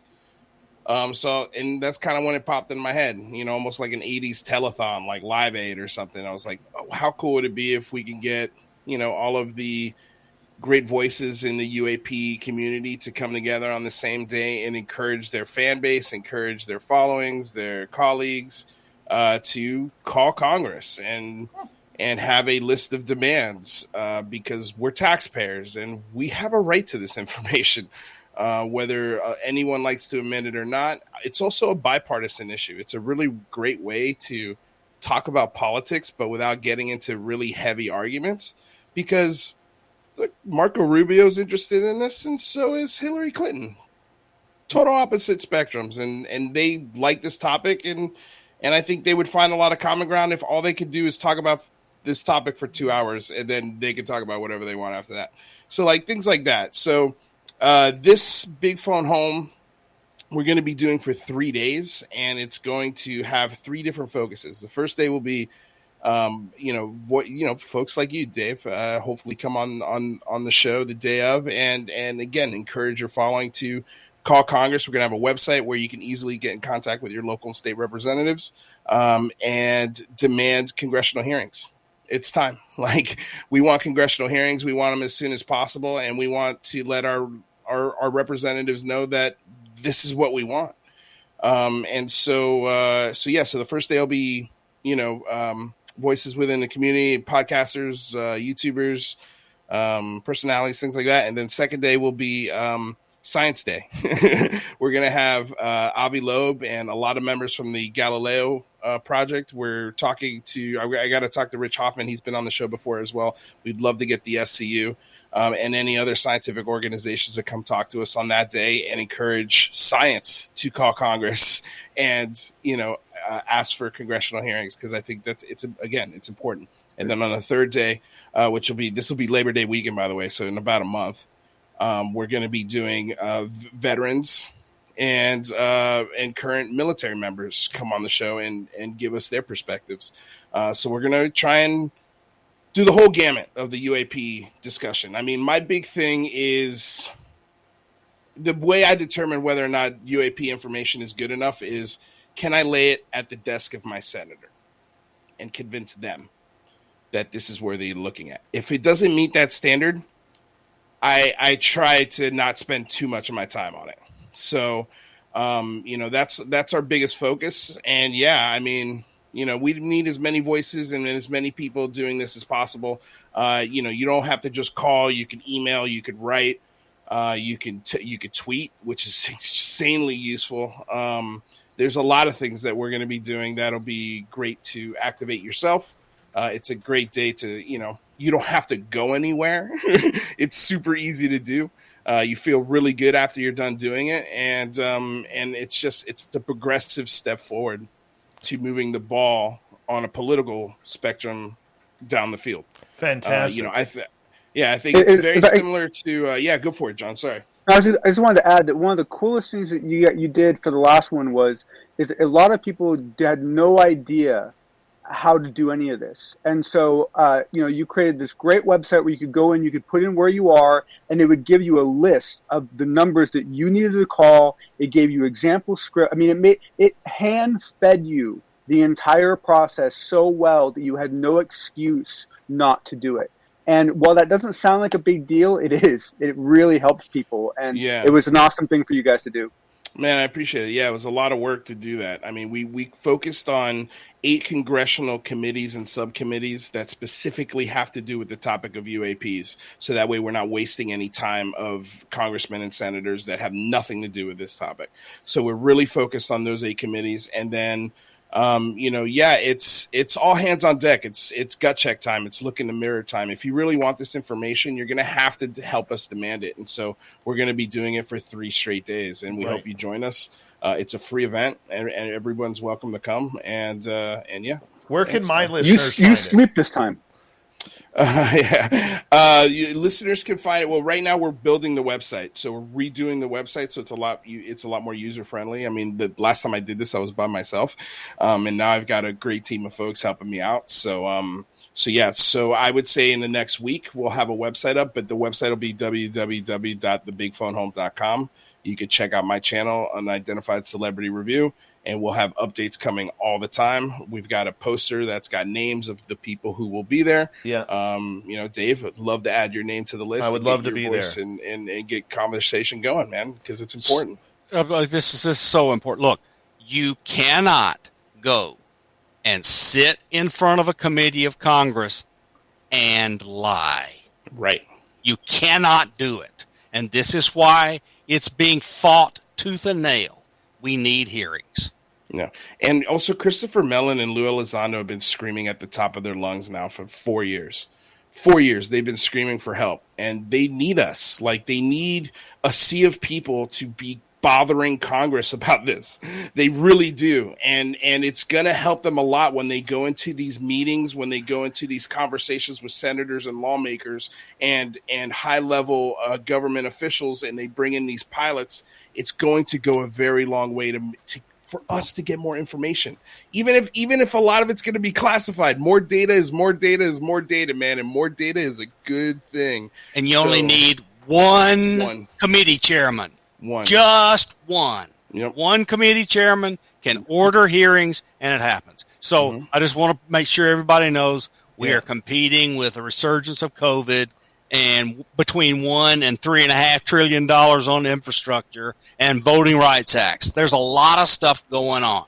So we got to be really, really loud and really ugly to get these hearings. And I think, Lou, what I would like to do is in order for us to promote this event, because I do think it's important, is a couple weeks beforehand, let's get you back on this show, either with me or with Lynn, and we can spend some time on this to make sure that our audience is prepared and knows where to go to watch this event as well, because it is necessary, and you've done a hell of a job in bringing real validation and real good people to come together.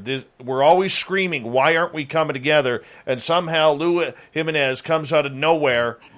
drops an elbow off the top turnbuckle and says, I'm grabbing everybody and we're going to go right in the center of the ring and have a free-for-all. I love it. And I'm very excited to help you out in getting our listeners over to supporting this event as well. Hey, man, I really appreciate it. It means a lot. Look, we can all have different opinions. That's okay. We're all going to have different ideas. Some of them are going to be wrong. Some of them are going to be right. The bottom line is nobody really knows yet. Nobody here, I really don't think at the highest levels of government truly know. Because unless you can follow it back to where it came from, how do you really know? But with that said, they do know more than we do. And we pay out of our noses through taxes for these toys and these top secret listening devices. Look, I'm not interested in the process of how you got the to UAP. I just want to see the UAP. I want to know what's going on, and I think a lot of folks are on the same page. And yeah, man, we could use all the help we can get. We're there, and if awesome. just keep us in touch, both Lynn and myself, and we'll make sure that we make something happen. Let's move on here on the roundtable because we only have Lou until the top of the hour, and we're going to continue on with Bob Lazar because Mystery Wire has now reported that there is a new witness to Bob Lazar working at Area 51's S4. This is a gentleman named TJ Genazzo. Never spoken publicly about this, but says that he worked with the Las Vegas Metropolitan Police Department beginning in 1978, doing patrol for a couple of years, and then he moved into protection detail. And over the next 12 years, Genazzo worked his way up the ranks and was offered an investigator's position, and he spent 20 years there. And apparently, he investigated Bob Lazar. He saw Bob Lazar. He knows the Bob Lazar story is incredibly credible, according to George Knapp, who broke the story back in 1989. Should we be surprised that 30-plus years later, Science Bob, we have another witness? No, I'm not surprised. I think George and John Lear and Jim Goodall and a lot of people in and around Area 51 had lots of people talking to them about Bob Lazar and what was going on out at Papoose Lake S4, etc. But it was all off the record and couldn't be quoted. So I think this is what. But enough of them went and talked to George's producers and lawyers so that he could do that story on Las Vegas TV that blew up the world and revealed Area 51 to everybody who didn't already know it was there. Okay, so I am not surprised that there are people coming forward now and saying that they knew Lazar was out there. I mean, look, Jim Goodall told us about going into a very high-ranking office with the Navy and the Pentagon and showing documentation of Lazar and the people in that office having a fit because they realized they had been caught. And I think Goodall is just such a piece of work.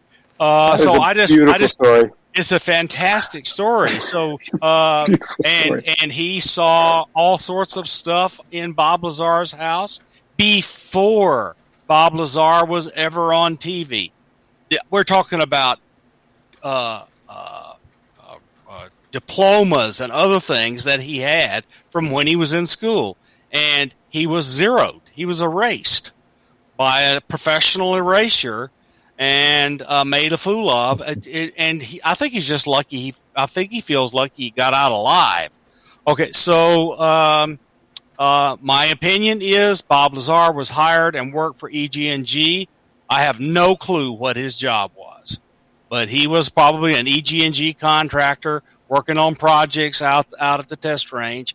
What he did, I have no personal knowledge of, but his story is that he saw these vehicles, and the thing that I keep returning to that you just cannot get past if you want to completely trash Bob Lazar He took George, John Lear, Gene Huff, all sorts of people out to the desert every Wednesday and said, in 15 minutes, the UFOs are going to come up right over there.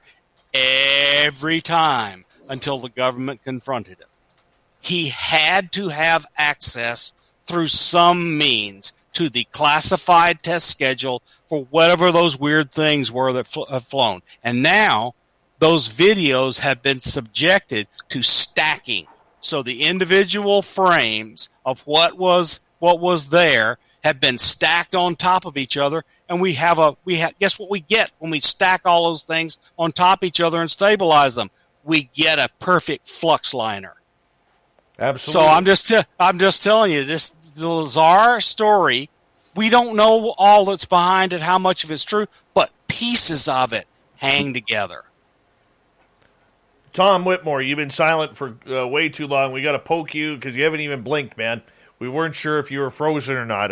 Are you alive? You okay? I'm alive. All right. I'm alive, even though it's a little late here, but that's okay. All right. I'm looking over at you right now. Give us your thoughts on a new eyewitness coming out confirming Bob Lazar. Well, I'm looking at the Mystery Wire interview, and it's really extensive. There's a lot of material in here, or a lot of verbiage, I should say. And I haven't had a chance to read it yet, but I'm going to, and I'm going to read it very carefully and see if they're see what this person is really claiming. But here's another thought, and we were talking about Travis Walton earlier. Why, after 45 years, Lazar came out around 1990? So that's 30 years ago. 1989, 32 years. 89. Yep. Yeah. So why is this person surfacing now? After 30 years. That's my first question. What did he have to gain? Well, it could also be that he just retired. He was a police officer. He looks about retirement age right now, so that could be it. If I had to take a guess, I'd say that's what it is. But they didn't answer that question, so that's just speculation. Yeah. Another thing that go ahead, Tom. Another concern I have is that, okay, Lazar claims that his background was wiped. He was sheep dipped. But what about his diplomas? It seems like he would still have those. I mean, did the men in black come into his house and take them away? Where are the diplomas? So I might have a possible explanation for that. So I worked at Nortel Networks many, many, many years ago. And we had rooms filled with screens that were wired into Stanford. And you could take classes at Nortel, at Stanford, via these terminals. And this is before the internet was out, so this was pretty high-tech stuff. There was a basic internet, but it was satellite dishes. Satellite links. Yeah. And basically what was really interesting is that you had two choices. You could take all the course material you needed to get a degree, and you would get the degree, but it would only work inside Nortel. And you get promotions based on it, and you get your pay increases, and you get the knowledge, but it once you left Nortel, that degree was not transferable. Like, Stanford would not recognize it. Or you could take a few extra classes and pay like a $5,000 fee or something like that, and then you would actually get the official diploma from Stanford recognizing what you did. But Nortel had this program set up, and it was available to all employees. And I have to imagine that Los Alamos had something similar. And so part of me wonders if maybe what Lazar got was a degree that was much easier to erase than it would have been if he'd been a normal student. Maybe so. Maybe he got a degree under another name. Well, another thing, that's possible. The other thing to remember too is that for people that don't think they can wipe out your degree, they create degrees. So if for a deep cover person, they have programs set up with different universities where they can manufacture a completely synthetic degree with a completely synthetic history. And if they can actually create that, it means they can delete it. So I'm not saying it's called a legend. Yeah, that's right. That's what I was going to say. It's a legend. I've had 7 legends in my life. You're right. And so if you can make it, go ahead, you John. can delete it. No, please. All I was going to say is if you can make an object, you can delete an object. Yeah, and I always hear people like, well, what about his paper copy? What about his paper copy of the degree? And I'm just kind of like, well, I have several degrees. I don't know where they are. They're probably somewhere. Like, I don't have them. I have a PhD in applied mathematics from an Ivy League school. If my life depended on it, I couldn't tell you where it is. It's not something I hang up and worship every day. Thank you. I've said that before, and people thought I was crazy. Like, why wouldn't you keep track of it? Because I'm like, I have no idea where the damn thing is. No, I don't either. Here's another thing too. I know where I got my degree. I went back to get a copy of my diploma, and they're only legally responsible to keep them for 10 years. Yep. So maybe. My question is, I'm a big Bob Lazar supporter myself. I'm not as knowledgeable, but once again, not as knowledgeable about the subjects you have. But once again, we have another individual. I think this is the second or third that verified that they seen him on site. I'm going to go back. The strongest evidence that he worked there was he took lots of people out and they witnessed the things fly. Absolutely. You just cannot take that out. No. You've got to explain it if you want to call him a fake. Mm-hmm. Yep. And what did he have to gain from it, too? That's the other question I always ask. His life was destroyed by it. So why would he have said this if it wasn't true? Yeah, I think the weakest part of Bob's story is element 115. If he's got the crap, let's see it. Well, that's a good point.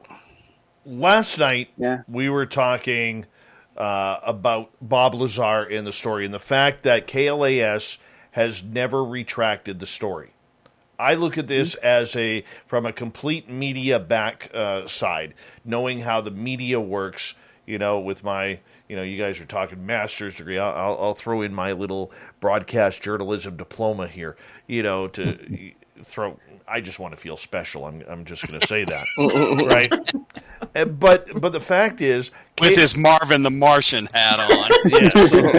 But KLAS has never retracted the story. If a story is wrong, a media outlet has to retract. We see it every week in newspapers where companies will accidentally screw up on advertisements, and the paper has to run a retraction of those. And the fact that even on a television station that they did not retract the story, that they still continue to run the story, it isn't about ratings. A media outlet can get in a lot of trouble for things like that. And that's why they have to go through their lawyers on a number of different stories, much like this one, where lawyers were involved. And for almost every UFO story that George Knapp has broken since then, lawyers have been involved. We have to remember that there is a lot going on behind the scenes. And I don't want to hear this crap, well, the media is bought and the media isn't trustworthy and all this. No, in 1989, the media was much different than what it is today. It wasn't clickbait. It wasn't about headline news. It was about actual journalism and stories back then. And we have to remember that. I was going to you on that, Dave, because I was like, what's the difference in the media in Canada than the United States? Because that ain't happening right now down here. No, but back then it was a different place. Yeah. But you can't prove that the story's true, and you can't prove that it's false. No. Right. That's the problem with it. But again, if you want to call him a total fake, you have to figure out how to explain the really weird evidence. Well, that's the thing. Forget all of it. Forget his narrative. Explain the evidence. Yeah. Well, I think if you're calling him a total fake, you're just not. You haven't looked at the totality of things, because it's not a total fake that he worked at Los Alamos. He definitely worked there. It's not a fake that he's a scientist. He works with very exotic materials. That's what he does for a living. Yep. He's a very well-read person. You could tell. but there's a lot of holes. There's a lot of weird things about Bob Lazar that are just strange. I mean, Lynn, you're a psychology major, right? Mm-hmm. Yeah. Like, what? This is gonna might get me in a lot of trouble, but like, what kind of psychology? Don't forget, she's a witch. No, but what kind of psychology do you have to run a brothel? Like, exactly. That is a good. Exactly. We got to go to break right there. Lou Jimenez, Science Bob McGwier, John Hudson, Tom Whitmore, Gary Spikes Jr., Lynn Wallington. We got one more hour of the Roundtable coming up right after this.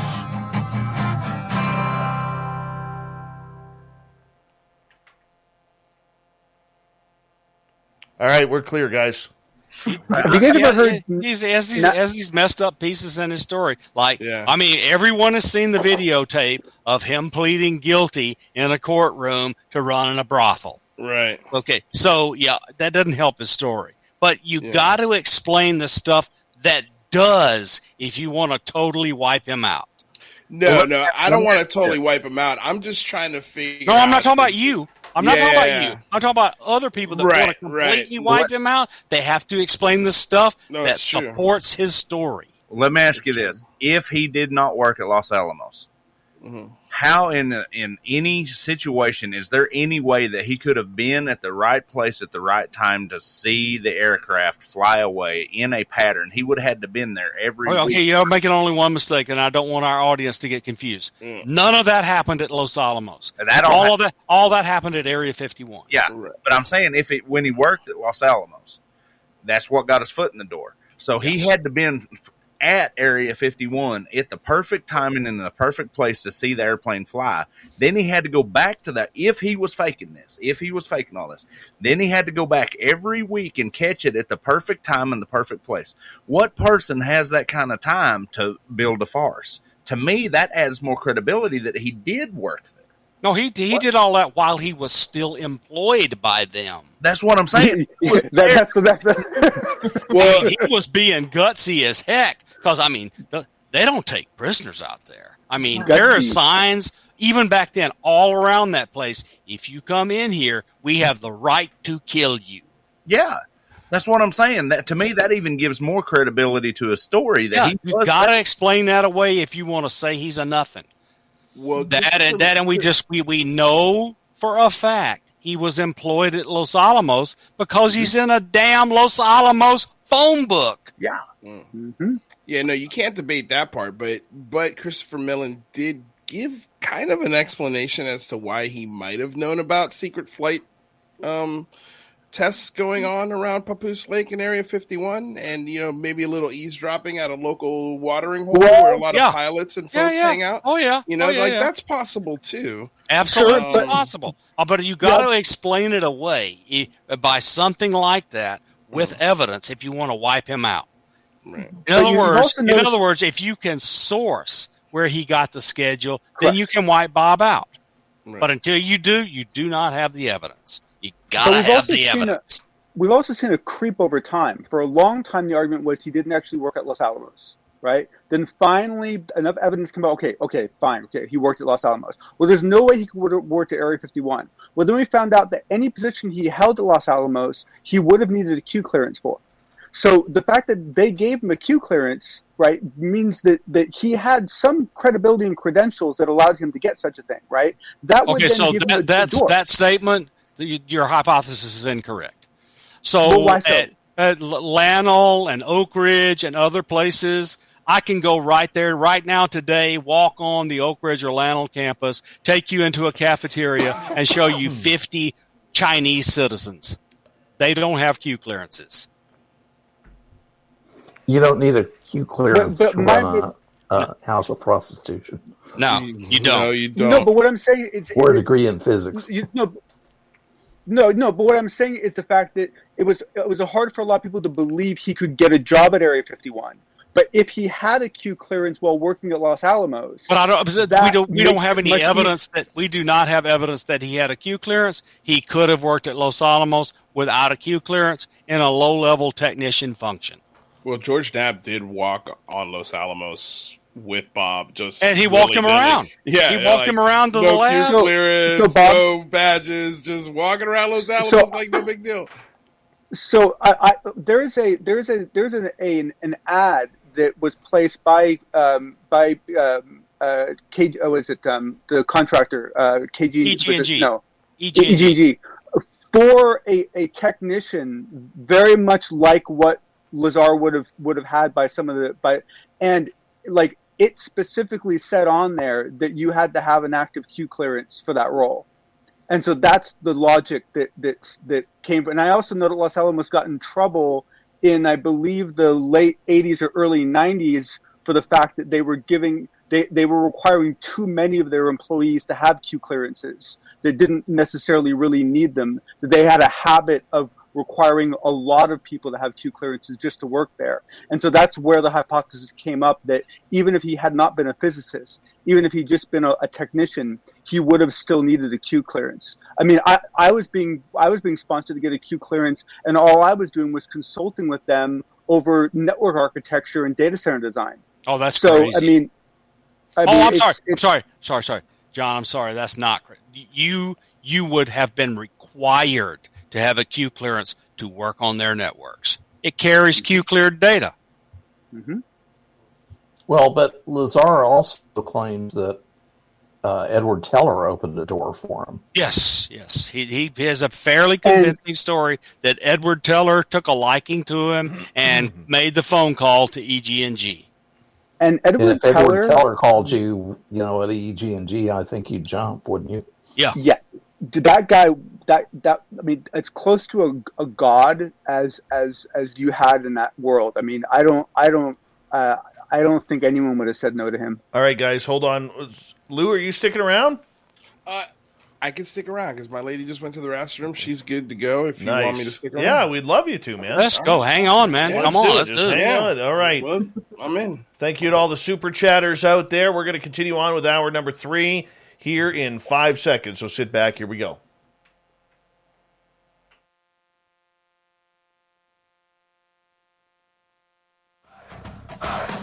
Would you like to connect with us? Head to spacedoutradio.com for all your latest show info.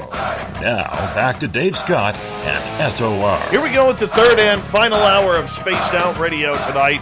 My name is Dave Scott. Thank you so much for taking the time to join us. We really do appreciate earning your listening ears wherever you are on this beautiful planet we call Earth. Thanks to everyone listening in on our terrestrial affiliates around North America, digitally on TalkStream Live, Revolution Radio, and KPNL. All of our archives are free by going to youtube.com/Spaced Out Radio. Do old Davey the favor, hit that subscribe button. The Desert Clam has set the password for tonight in the SOR Space Travelers Club, Obvolute.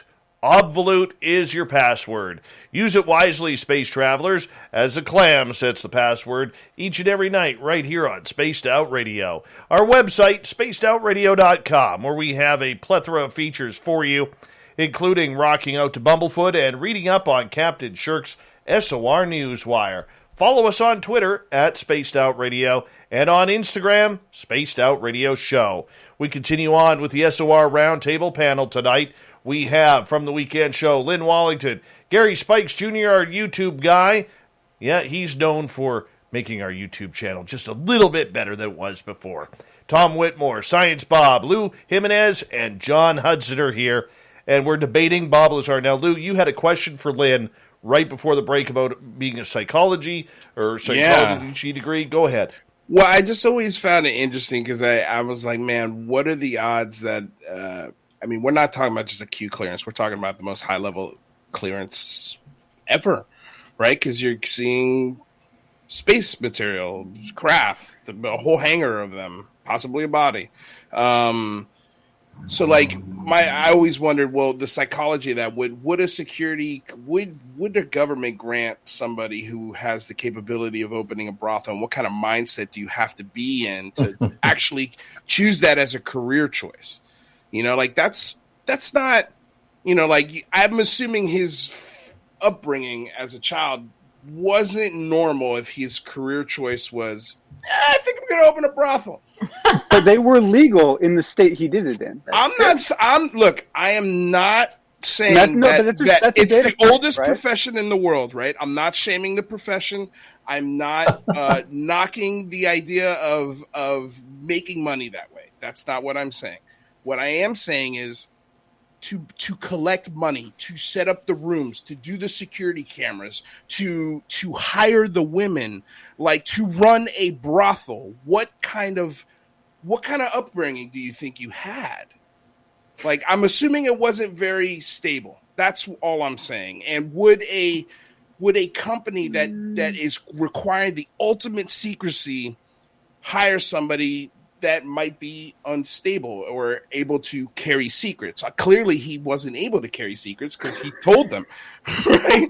Like, I don't know. I'm just throwing that theory out there. I'm asking the psychologists. I'm going to say something that you might think is a bit controversial, but just because he runs a brothel doesn't mean he's unstable, in my opinion. Right. And I've worked with a lot of PhDs, and some of the smartest people, book-wise, make the worst decisions in any other aspect of their lives. So it's very possible that he saw it as a good business venture and didn't think much more of it than that. He'd lost all of his jobs. Yep. He was desperate for money. His wife was mad, getting ready to leave him, probably been cheating on him, and he needed money. He did what he could. Yeah. Fair. You got desperate. Look, that's why I asked the question. No, I don't know any of that, but I'm telling you how it would happen. Look, just like Lynn, from the other side, I have worked in cleared spaces with cleared people for decades. I saw lots of people make effed up decisions and ruin their lives. Hell, look at the Unabomber. Yeah. Look at I saw a person do a job, and while there, they snuck around and went and had some illicit sex while they were on the job in a foreign country. And I saw them frog marched out the front of the building by security. I mean, I have seen really smart people completely screw up. Right, but they were fired from their jobs, right? Yeah, but I mean, Bob Lazar was fired from his job after he blabbed to George. He was still working when he went on camera. He had not left that job yet. Did he ever come out?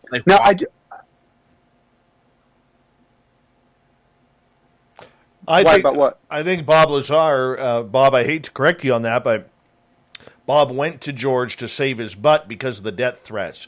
He had been fired because he was arrested. Okay, maybe you're right. Yeah, he was arrested with Gene Huff, and because he was hiding in a trunk when they found him, the trunk of the car when they found him. So I hate to correct that part of the story. No, that's good. That's good. Let's get it right. Did he? Now, one question. Gary, sorry, go ahead. Gary, go ahead. Did he ever say why he came forward with all this information? To protect himself. That was the big one, was he felt that if he went in front of the media, because the story was that they were trying to kill him, they being the U.S. government, were trying to kill him to keep him silent, and he ran to the media and went public in order to save his life, because if he got knocked off, he would have... Yeah, the story was there was an assassination attempt or something like it that failed. No, I think he's asking why. I think he's asking why, though, and the reason why is because he felt like this information should be publicly known. That was his original impetus for doing what he did. Let's reanalyze for the listeners, or reanalyze the timeline. He came forward, then they tried to kill him, or they tried to kill him, and then he came forward. Tried to kill him, and then came forward. Then he came forward. What precipice did they use? Did he say why they was trying to kill him? Yeah, because he was out showing John Lear, Gene Huff, and everybody else these flights and blabbing his mouth. Okay, so he violated his security clearance. Right. Oh, yes, no doubt about that. Okay, Thank you. I'm He's sorry. admitted that. Yep. Yeah. Well, Yeah. they probably had him under surveillance anyway. Every Yeah, they time he definitely stepped off did. the base. They had a house They attack. probably knew They everything opened a that he did. counterintelligence investigation, and they followed him around. Yeah. Now, one question I have for you, Lynn, because you might have some knowledge about this, is when I read his book, which I have challenges with his book, but when I read the recent book, one of the interesting data points that came out was that at one point when he went in to work, he was hypnotized as part of a process. Now, that in itself is not what what I'm curious about is that in one specific case, he was asked to drink a liquid. I believe it was a pine. I think he said it had a pine sort of flavor to it. But he was asked to drink a liquid before he was hypnotized. Mm-hmm. Now, my research on hypnosis, because actually I have a family history related to hypnosis, going back many generations, is that the one place where hypnosis does get very dangerous is there are certain drugs that you can put into someone's system that if they're on those drugs when they're hypnotized, you can have a very dramatic impact on their concept of what's real and what isn't. Is that your understanding as well? I guess it would depend on what exactly we're talking about, what he ingested. But my thought would be that perhaps for a time it would, but initially, the brain tends to find ways to repair itself whenever possible. And so I would think that. Go ahead. I just want to question. That book is really controversial. It's really controversial. I don't even believe Bob wrote it. What is it? It contradicts Bob. I mean, it's. I don't believe he authored a word in it. I agree with you. I think it was a ghostwriter. But I've heard him tell that story verbally as well. That he was asked to drink this because he describes the fluid, and the instant I heard that someone asked him to drink something before he was hypnotized, that just sent all sorts of bells off for me. Like, wait a second, why would? I cannot think of any reason why someone would do that unless it was for nefarious reasons. Okay, just got to remember the era. So during the era, a lot of what was being developed out at Area 51 was intelligence gathering sensors for airplanes, satellites, etc. And the CIA was heavily involved. And what else was the CIA doing back then? Giving all sorts of drugs to people to manipulate them. So, and that ended later, but it was well underway then. So I don't find that story inconsistent with what we know history is, but we don't know the details. And I just don't believe Bob wrote a word in that book, so I wouldn't trust anything in it. No, I think that's totally fair. And I just bring it up because it's written text. He has said it verbally, but the reason why I bring it up is that what I've long felt is that everything Bob says he believes, completely believes, but that some of what he says was not actually accurate, and that somehow his understanding of what he saw was either he was told things that were intentionally not true to seed him with misinformation, or he was somehow manipulated in some way. And when I heard him talk about this hypnosis case with the fluid, that just sent some bells off for me. And so I was just kind of curious of what your opinion would be on the chance of someone's, of data someone's given being perceived as more real than it should be because of a hypnosis process under a controlled substance. The only part of his story that's important is whether or not he saw vehicles fly out at S4. We know he saw vehicles fly out at S4 because videos have been taken. They've now been processed with modern techniques, and when they squeeze down to what is underlying, it's a flux liner, the sport model. I agree. Blew my mind. I have to re-allude back to something. Bob, you've worked with DOD multiple times, correct? Many times. Many times. You took an oath, correct? Yes, I did. So did I. Tom, I take it you probably worked with DOD and the U.S. government a few times? Nope, I'm total civilian. Are you? Okay. Yeah. We took an oath to keep secrecy for our government. Yep. Here's the problem I have. I've realized something tonight. The man stepped away from that oath, knowing the risk. Yep. What would happen to him? Well, he would be prosecuted, which is the strangest part of the entire story. Yeah. Is that he has not been prosecuted for violating his oath. So, and let me tell you, whenever you take a person who's violated their security oath with really, really dangerous information to court, they get the right of discovery. Mm-hmm. You have to show, the prosecution has to show their bona fides, and they don't want that stuff coming out. That's the reason. See, and to me, the weirdest part of this whole story is the fact that today, 32 years later, Bob Lazar is a government contractor.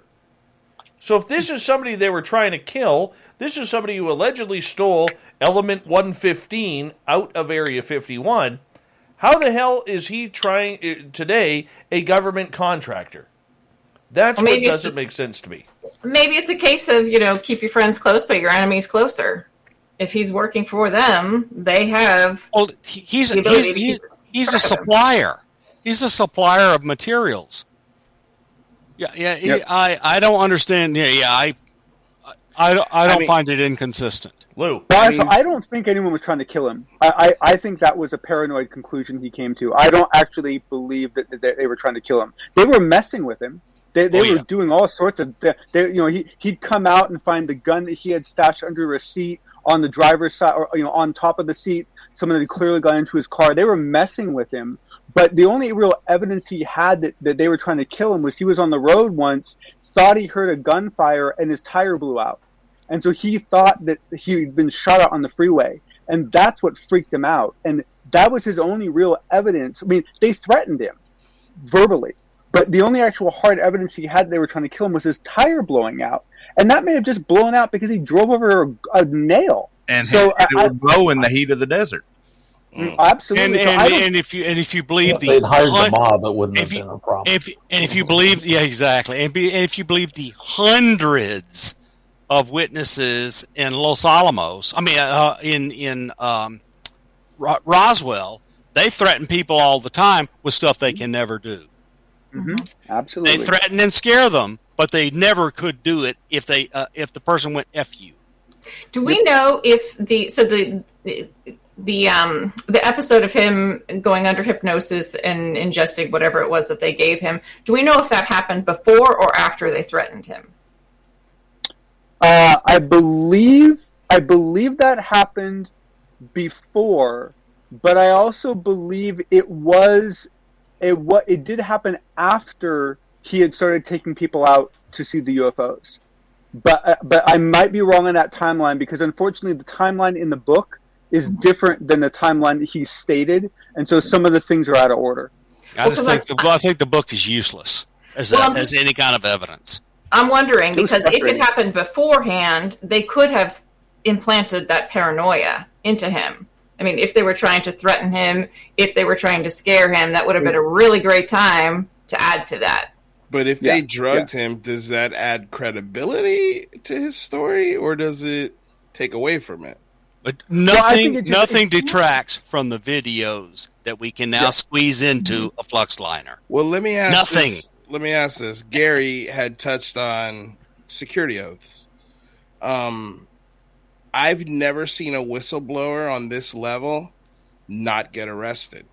And I think if the NSA or the DOD or any security apparatus with a 3-letter acronym, I think they would slap whatever charge they wanted to on Bob Lazar to shut his ass up and throw him in jail. You don't have to show any UFOs. You don't have to show any secret programs. You could just say he broke his security oaths. Period. Full stop. No, they have to. I'm sorry, you're incorrect. You're just wrong. You're just wrong. You have to have evidence that Bob is privy to, along with his attorney, to convict him of a crime. Yeah. So they may manufacture evidence of something else that's not UFOs. They can claim he violated security oath by talking about that, but it's just very difficult. I think the end result was they said everybody's going to think this guy's crazy. We'll just call him crazy. We'll erase his whole life, and then nobody will ever actually believe him, and nothing will ever come of it. I think the smartest thing he ever did was go to George Knapp and make it very public. Very public. Yep. There's a person by the name of Daniel. Person by the name of Daniel Hale, and he was a drone whistleblower, and he was just sentenced to 45 months in prison.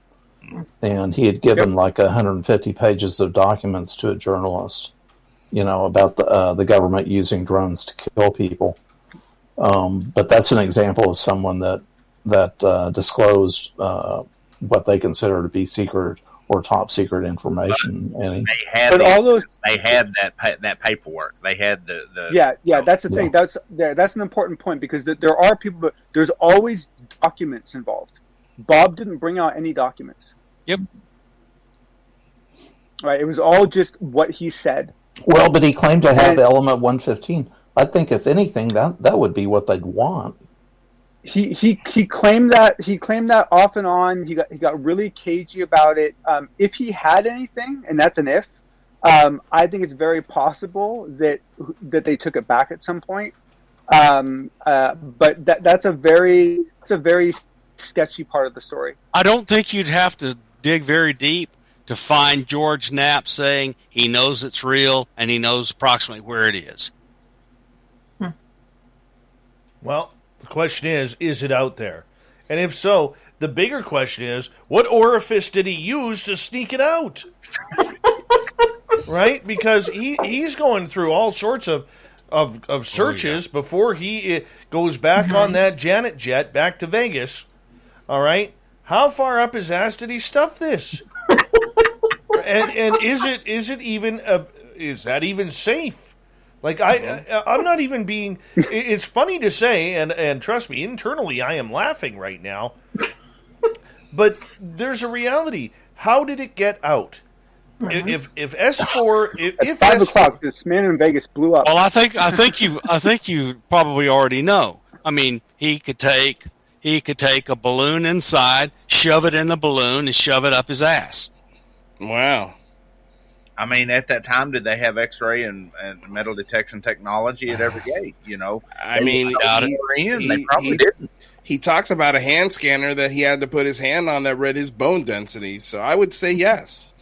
Well, that's a good point. I don't know, man. I just think if you're gonna break that many security oaths, and they can prove that you broke the security, just telling people about this, I feel like would be enough legal ground for an attorney to be like. I think they just didn't want to fool with it. Just let him go. I think it would bring attention to them.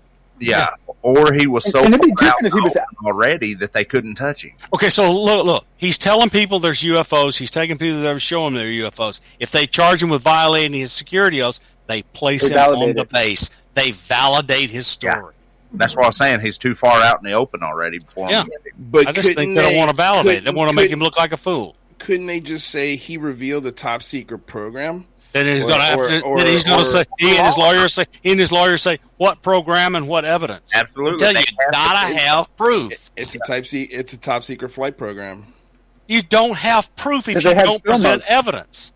You can't accuse somebody and throw them in Gitmo back then. I mean, there was rules, damn it. There was rules, damn it. Yeah, if there were rules, then why were they kidnapping people off the street, pumping them with LSD, and then throwing them out in the middle of nowhere? There are no rules. That was a different organization. If the government wants to put you behind bars, they'll do it, and they'll find any excuse to do so. We've seen it over and over and over again. Yeah, but I got to tell you, just every story every situation is different, and throwing Bob in jail and convicting him of this validates the story. They want to make him look like an idiot. Yeah. I think we have to take into consideration the subject matter, too. It's a lot easier for them to just be like, the dude's crazy. and most people at the time are going to believe him. Are going to believe them. I don't want to sound like I'm beating a dead horse in the head, but I have to bring it. The most thought provoking for this for me is if all of this stuff happened and is legitimate, and like I said, I believe it.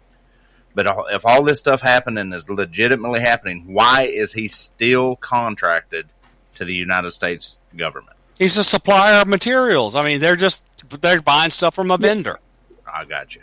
Yeah, they buy stuff from people a lot shadier than him. Oh, yeah. Believe me, yeah. All right. On that note, I'm going to get you guys to all hold on here as we prepare for our final break of the night on the SOR Roundtable. We got a great panel for all of you. We have Tom Whitmore. We have Lou Jimenez. We have Gary Spikes Jr., John Hudson, Lynn Wallington, and Science Bob McGwier. When we come back, we're going to shift topics. Take this one to the top of the hour. What's the difference between an enthusiast and a researcher? Because in the paranormal supernatural world, they seem to be the same when they're not. We'll be back right after this.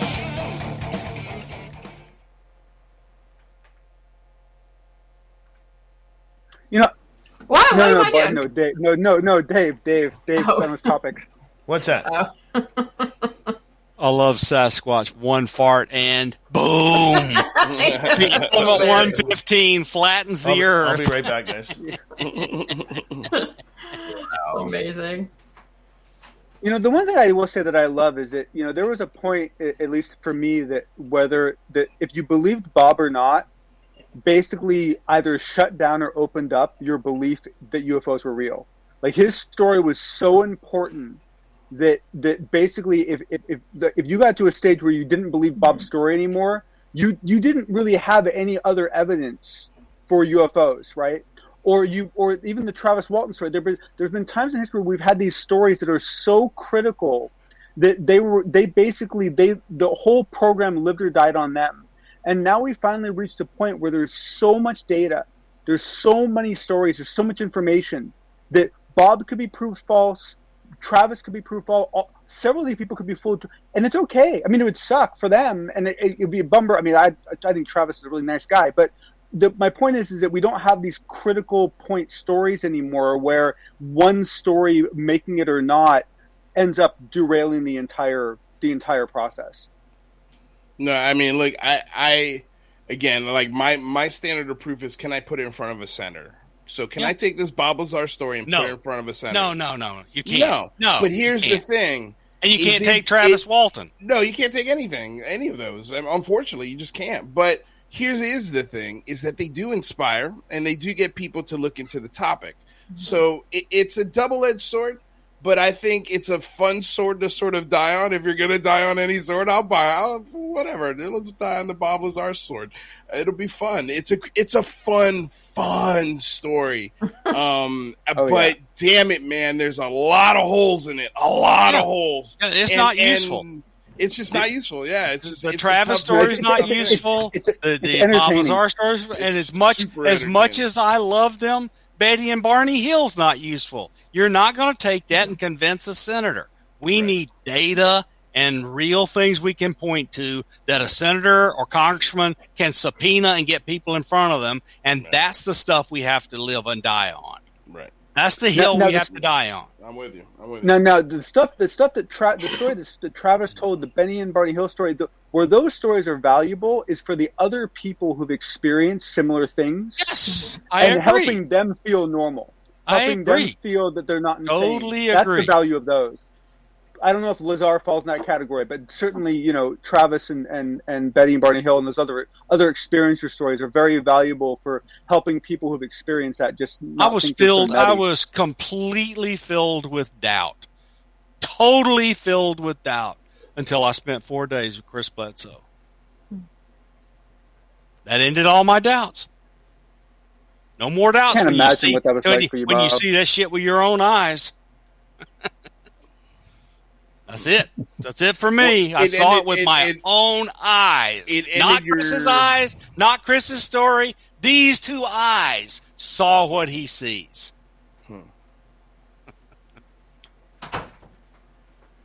All right, yeah, guys, I'll get quiet the minute I walk back up here. We was waiting for that angelic music to come in.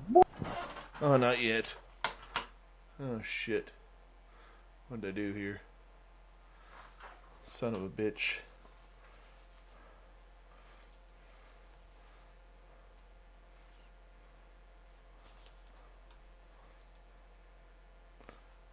I kicked myself out of the studio. Huh? I accidentally kicked myself out of the studio. These guys went through Good job, lot Dave. of personal and even financial and a lot of objections. Why would you come out and throw a story and this kind of information out knowing that if you knew what was going to happen to you? Yeah. I mean, I agree.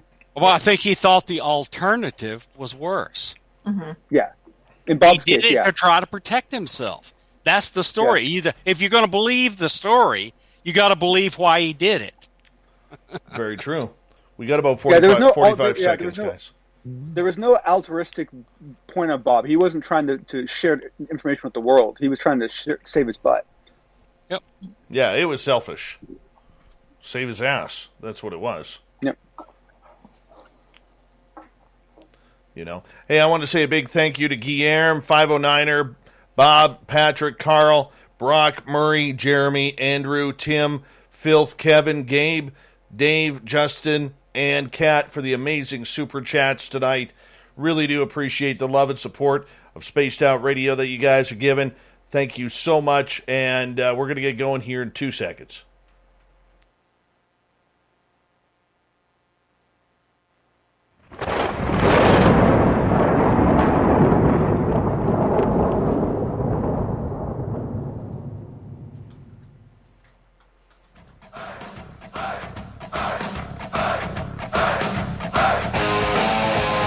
We've rounded third. We're heading for home tonight on Spaced Out Radio. My name is Dave Scott. Thank you so much for taking the time to join us. We really do appreciate earning your listening ears. We want to remind you that if you missed most of this show or others, check out our free archives by going to youtube.com/Spaced Out Radio. Do old Davey the favor, hit that subscribe button. Our website is spacedoutradio.com, where we have a plethora of features for you, including rocking out to Bumblefoot and reading up on Captain Shirk's SOR Newswire. Follow us on Twitter at Spaced Out Radio and on Instagram at Spaced Out Radio Show. For the final time tonight, we introduce our panel on the SOR Round Table. We have Lou Jimenez, we have Gary Spikes Jr., Lynn Wallington, John Hudson, Science Bob McGwier, and Tom Whitmore. And we're going to shift topics here right now because one of the big things, whether it's Bigfoot hunting, whether it's ghost hunting, whether it's UFOs, is we have a real line of enthusiasts out there who enjoy these topics. And yet we have a lot of great brilliant investigators who are trying to bring the information to light no matter what the field is. The difference is there's a lot of confusion in between the two. Now, earlier this week when we did the Angry Ghost Hunter on our YouTube channel with Ross Allison and his crew, and Ross, in my opinion, is one of the top paranormal researchers in the United States, if not North America. We were discussing the fact that there's a lot of teams out there that really seem to skew what they are doing compared to what they are capable of doing. A lot of teams saying that they are there for scientific evidence, yet nobody on the team has ever done a scientific experiment since leaving high school. Or you have your team skeptic who always seems to be posing on a photo with their arms crossed and looking up into the sky like they know better than everybody. Then you have the people who are the true researchers out there who are actually trying to find answers to these problems that we're trying to solve. So I'm very confused with it. Gary, we're going to start with you because you're very heavily involved in the Sasquatch world where there is a lot of competition. There's a lot of people running through the forest. We have a lot of people calling this creature a monkey or a great ape, and yet we don't know what it is. You've had a first-hand encounter with this, very up close and personal. What's the difference between an investigator and an enthusiast? I'm going to take it a step further. This is a very touchy subject for me, as you know, Dave. I say not investigator, but researcher. Strictly theory and how they execute it. If they use true scientific theory and what's the word I'm looking for, Bob? Procedure? Yeah. Then they become scientific method. Scientific method. Then they are a researcher. When they are just going out, I love how Dave puts it. You're an experiencer. If you use proper scientific method to gain your information, you are a researcher. If you're just going out in the woods and observing in a non-scientific manner, where you don't have a control, where you don't have a efficient means to gain the information that you have, you are an experiencer. I would agree with that. But to take steps further, Tom Whitmore, you're very heavily involved with MUFON, being on their board of directors, who has hundreds of investigators around North America and the world. You know, you guys take your reports very seriously. And I'm curious for you, as you are training researchers to be researchers and investigators of the phenomena, you know, how do you get your people to keep an open mind? Well, we have, as everyone knows, we have a training program and training programs. We have a field investigators manual, and we have other training opportunities as well. So if people follow the manual closely and diligently work through their investigations and write the reports, then they should be able to come to something close to a correct conclusion. Now, anytime you have a large group of people, large numbers of people, you end up with a bell curve. You know, at one end you have very high quality work. At the other end you have very low quality work, and most people fall somewhere in the middle. So it's human nature, because you have people that are enthusiasts working as investigators. Okay, and because of that, they're going to think they've found a spaceship when they really should be doing more objective kinds of work. At the other end, you have your rock rib conservatives who absolutely demand to have the highest standard of evidence before they're convinced of something. And you know, as for keeping an open mind, I think you have to keep an open mind that it's not going to be what you want it to be. Okay, that's just as important as keeping an open mind to the possibility of extraterrestrial life, et cetera, et cetera. See, and that's the difficult part, because if I watch the paranormal field, Lynn, I see people, we're going to go investigate Waverly Hills or Gettysburg, and I've always wanted to do this. To me, that's paranormal tourism, that you're going for the thrill. You're not going to solve anything on why bodies are still hanging out at Gettysburg. You're not going to find out why the insane or the nurses or the doctors are still hanging out at Waverly Hills. You're going there as a thrill seeker. And too many times, I think a lot of these teams, groups, individuals try to make themselves a little bit bigger than what they are when it comes to what they are investigating, but more importantly, why they are investigating. So, what's the question? Sorry. There's a lot in there. Okay, so let me address a couple of things. So I would disagree with you about going to the big name places, because part of the scientific method is replicating results. So if they're going there and they're able to replicate results that other people have had before, that is a part of research. Now, if they're going somewhere else and able to replicate similar results, that's also a part of research. And also, maybe they just want to go there because they know people get results. And that's okay with me, too. So, I guess I'm not sure. Well, I disagree with you on that part, and I'll tell you why. Because it's great that you want to replicate results, but we all know that paranormal teams or Sasquatch teams or whatever aren't sharing evidence to see what those results are and if they have coincided with other teams.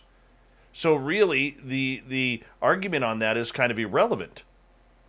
Not necessarily, because they know that they have results. So, and I think that some of them do share the results. I don't think that everybody is keeping all of the results to themselves. I mean, you can certainly find out results that people have posted and put out there. So I mean, I think if there are certain people who are keeping results to themselves, and I believe you when you say that they are, I think that's unfortunate. I think that's selfish, and I think that they're not adding anything into the conversation. Right. Science Bob.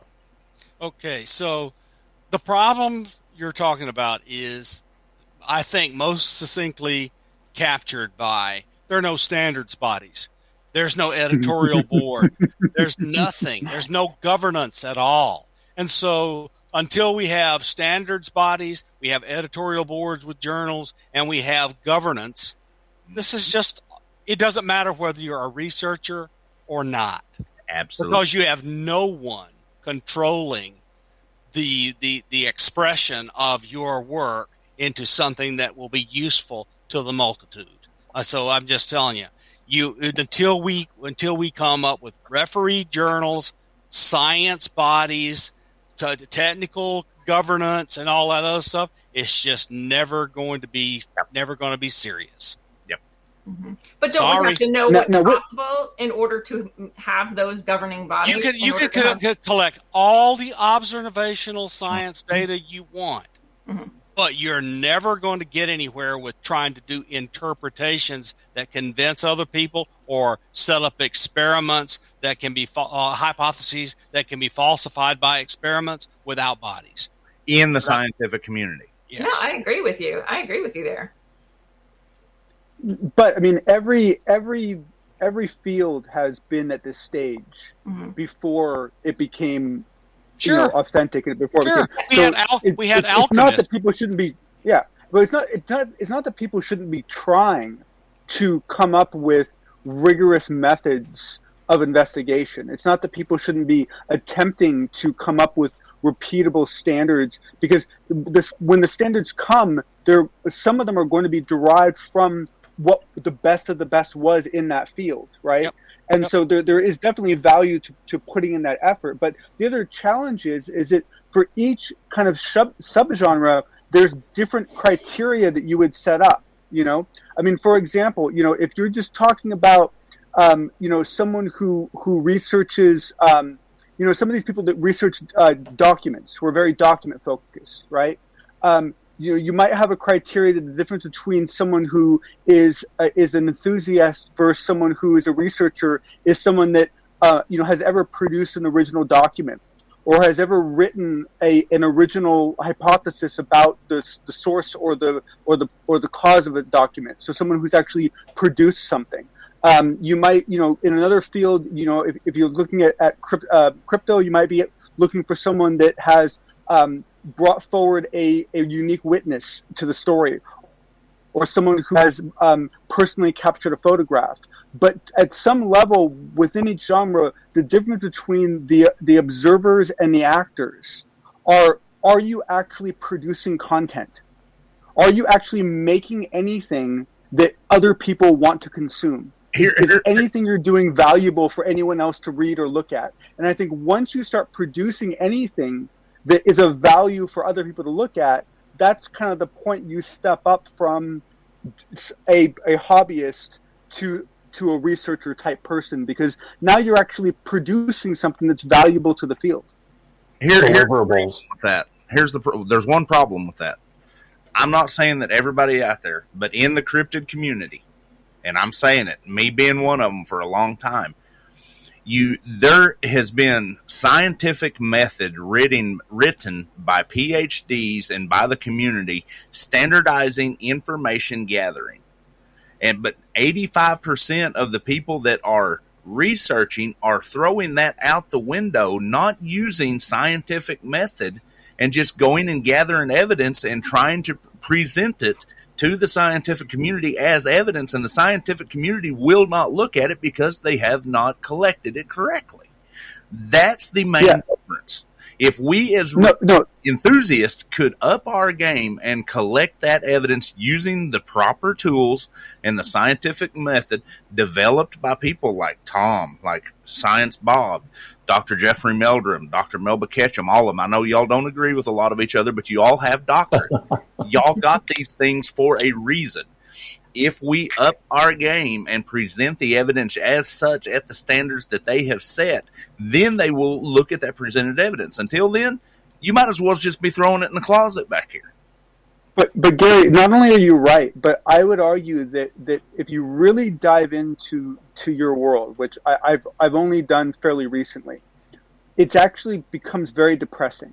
It does. Because what you realize is that your field actually has all of the evidence, all of the available processes, all the available paths that every other subgroup is desperately wanting. I mean, if we had the amount of evidence and the amount of procedure and the amount of conceptual ideas that exist in your world, and they existed in the paranormal world, or they existed in there would be significant progress made. But here's the problem. You guys have all that, and still nobody believes. That's frustrating.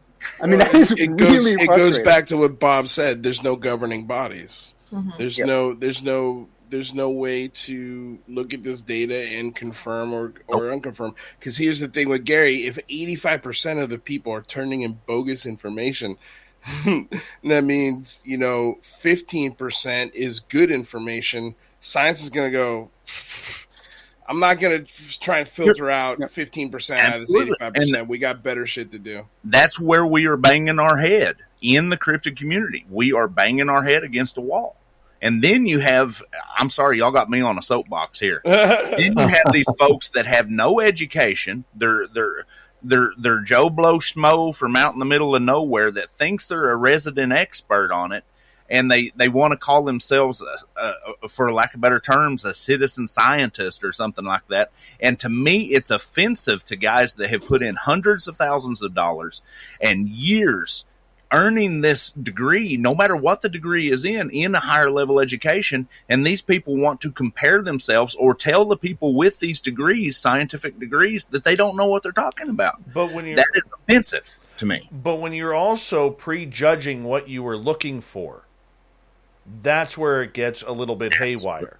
Okay, Absolutely. So we have people who have seen UFOs in the sky, but they believe everything is a drone these days because drones are red hot for the public to buy. In the Bigfoot world, we have people who are strictly looking for a monkey or an ape, yet we have people like the First Nations communities out there and people who've been on the land for hundreds of years who've watched this creature disappear right in front of them who say, I don't investigate that. The BFRO is a prime example of that, where the believe it or not, if you don't know this, the Bigfoot Research Organization will actually edit their reports from their investigators. So if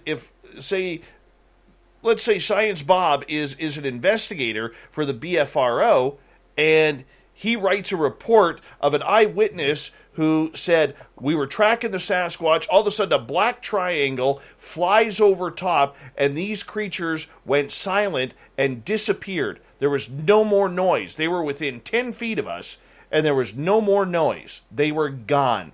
The BFRO, the minute they see the UFO report inside of that, throws the report away, or they edit the report to close out and get rid of the UFO stuff because it doesn't suit their narrative. And that's part of the problem. They clean it. And that's part of the problem that we have is the research is being edited due to personal belief and not due to the facts that is actually coming out. Once again, like Bob said, no standards, no governing body. Well, I think that happens in science too. Yeah, it does. It does. Well, yeah, because it's the criteria that you have to meet to get something published. It's the difficulty of getting your paper published by a certain group that drives you to a certain quality standard, right? If you have something you really care about that you want to get published, and you know that wherever you're hoping to get this paper published in has this very strict criteria, you work toward that. You actually build your case toward that. So it creates an incentive for people to create better research. Lynn, you want to... That incentive is lacking. Lynn, you want to jump in? No, he said it beautifully. Okay. I agree. Yeah. Power words there for the weekend host, Lynn Wallington. Lou Jimenez. They hear me talk all the time.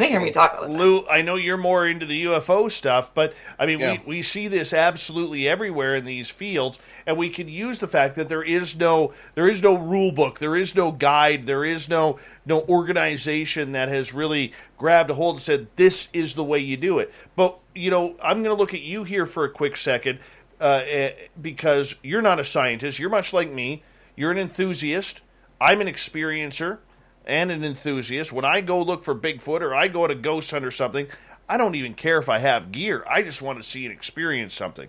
That's all for me. So when people like us look at this from the outside perspective of the scientific model, I mean, is it wrong for us to take our opinion or to support people who are using opinion rather than scientific method? It's a good question. I would say, and this is a lesson that I've had, took me a long time to learn, control what you can control. There's always going to be an element of something you're passionate about that you're really not going to like. And what are you going to do? You could get angry and upset about it and waste your energy on that part, or you could take all of that energy and all of that time and dump it into whatever you're working on. Look, I'm an idiot. I'm just a guy who hosts the UAP channel who just wants a little bit more congressional truth, and I want to activate myself politically, and I don't want to talk about any other topic in politics because everything's so divisive and nasty. But with this, I can be political and I can talk about it, and it's fun. It's a fun topic. So here's what I try to do, Dave. I try to take the topic incredibly seriously, but I never take myself seriously. And it makes this whole journey a lot easier to navigate through because, it's like as an actor here in Los Angeles, I go into audition rooms all the time and if you're not used to the word no or rejection, you're going to have a really, really tough time in this town. So it's the same thing with researchers versus opinion makers. I'm an opinion person. I read the news, I consume it, and then I talk about it with my buddies on the show, and we try to keep it as factual and grounded as we possibly can. So we're giving good information. But I've never written a paper. I'm not going out in the field and talking to people. There's nothing wrong with being an experiencer, and right. That's where you start, Bob. When you started to get your PhD, you started with a goal in mind, and you started as a experiencer, and then you focused that and moved on. But when these people, me myself, I'm prime example. 25 years of woodland ape, straight up primate. And then when I had my sighting and seen what it did, it opened my eyes. And that's a good note where we got to start wrapping things up, everyone. A great final panel to the month of July here on Spaced Out Radio. Gary Spikes Jr., Tom Whitmore, Lynn Wallington, Lou Jimenez, Science Bob McGwier, and John Hudson. Thank you so much for making a very entertaining panel here tonight on Spaced Out Radio. We will do it all again near the end of next month, once again, here on the mighty SOR. What a panel. What a fantastic show. We got Mr. Ron Bumblefoot Thal rocking in the background with Little Brother is Watching. Bumblefoot is the official music of Spaced Out Radio, rocking us in and out of every single show. Get your horns up for the guitar god himself. Special thanks to everybody listening in at home, at work, in your cars, wherever you may be. Thank you to everyone checking us out on YouTube, LGAB, Revolution Radio, Spreaker, Twitch, Facebook, the Space Travelers Club, and on Twitter at #SpacedOutRadio.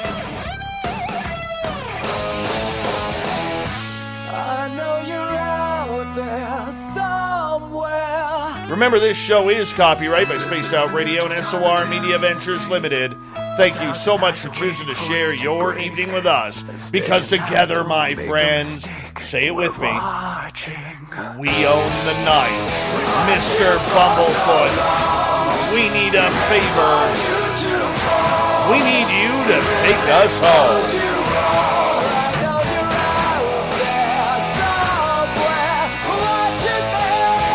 Yes, the Woo train has docked for the night, but soon, my friends, we shall ride again. Your seats are always available.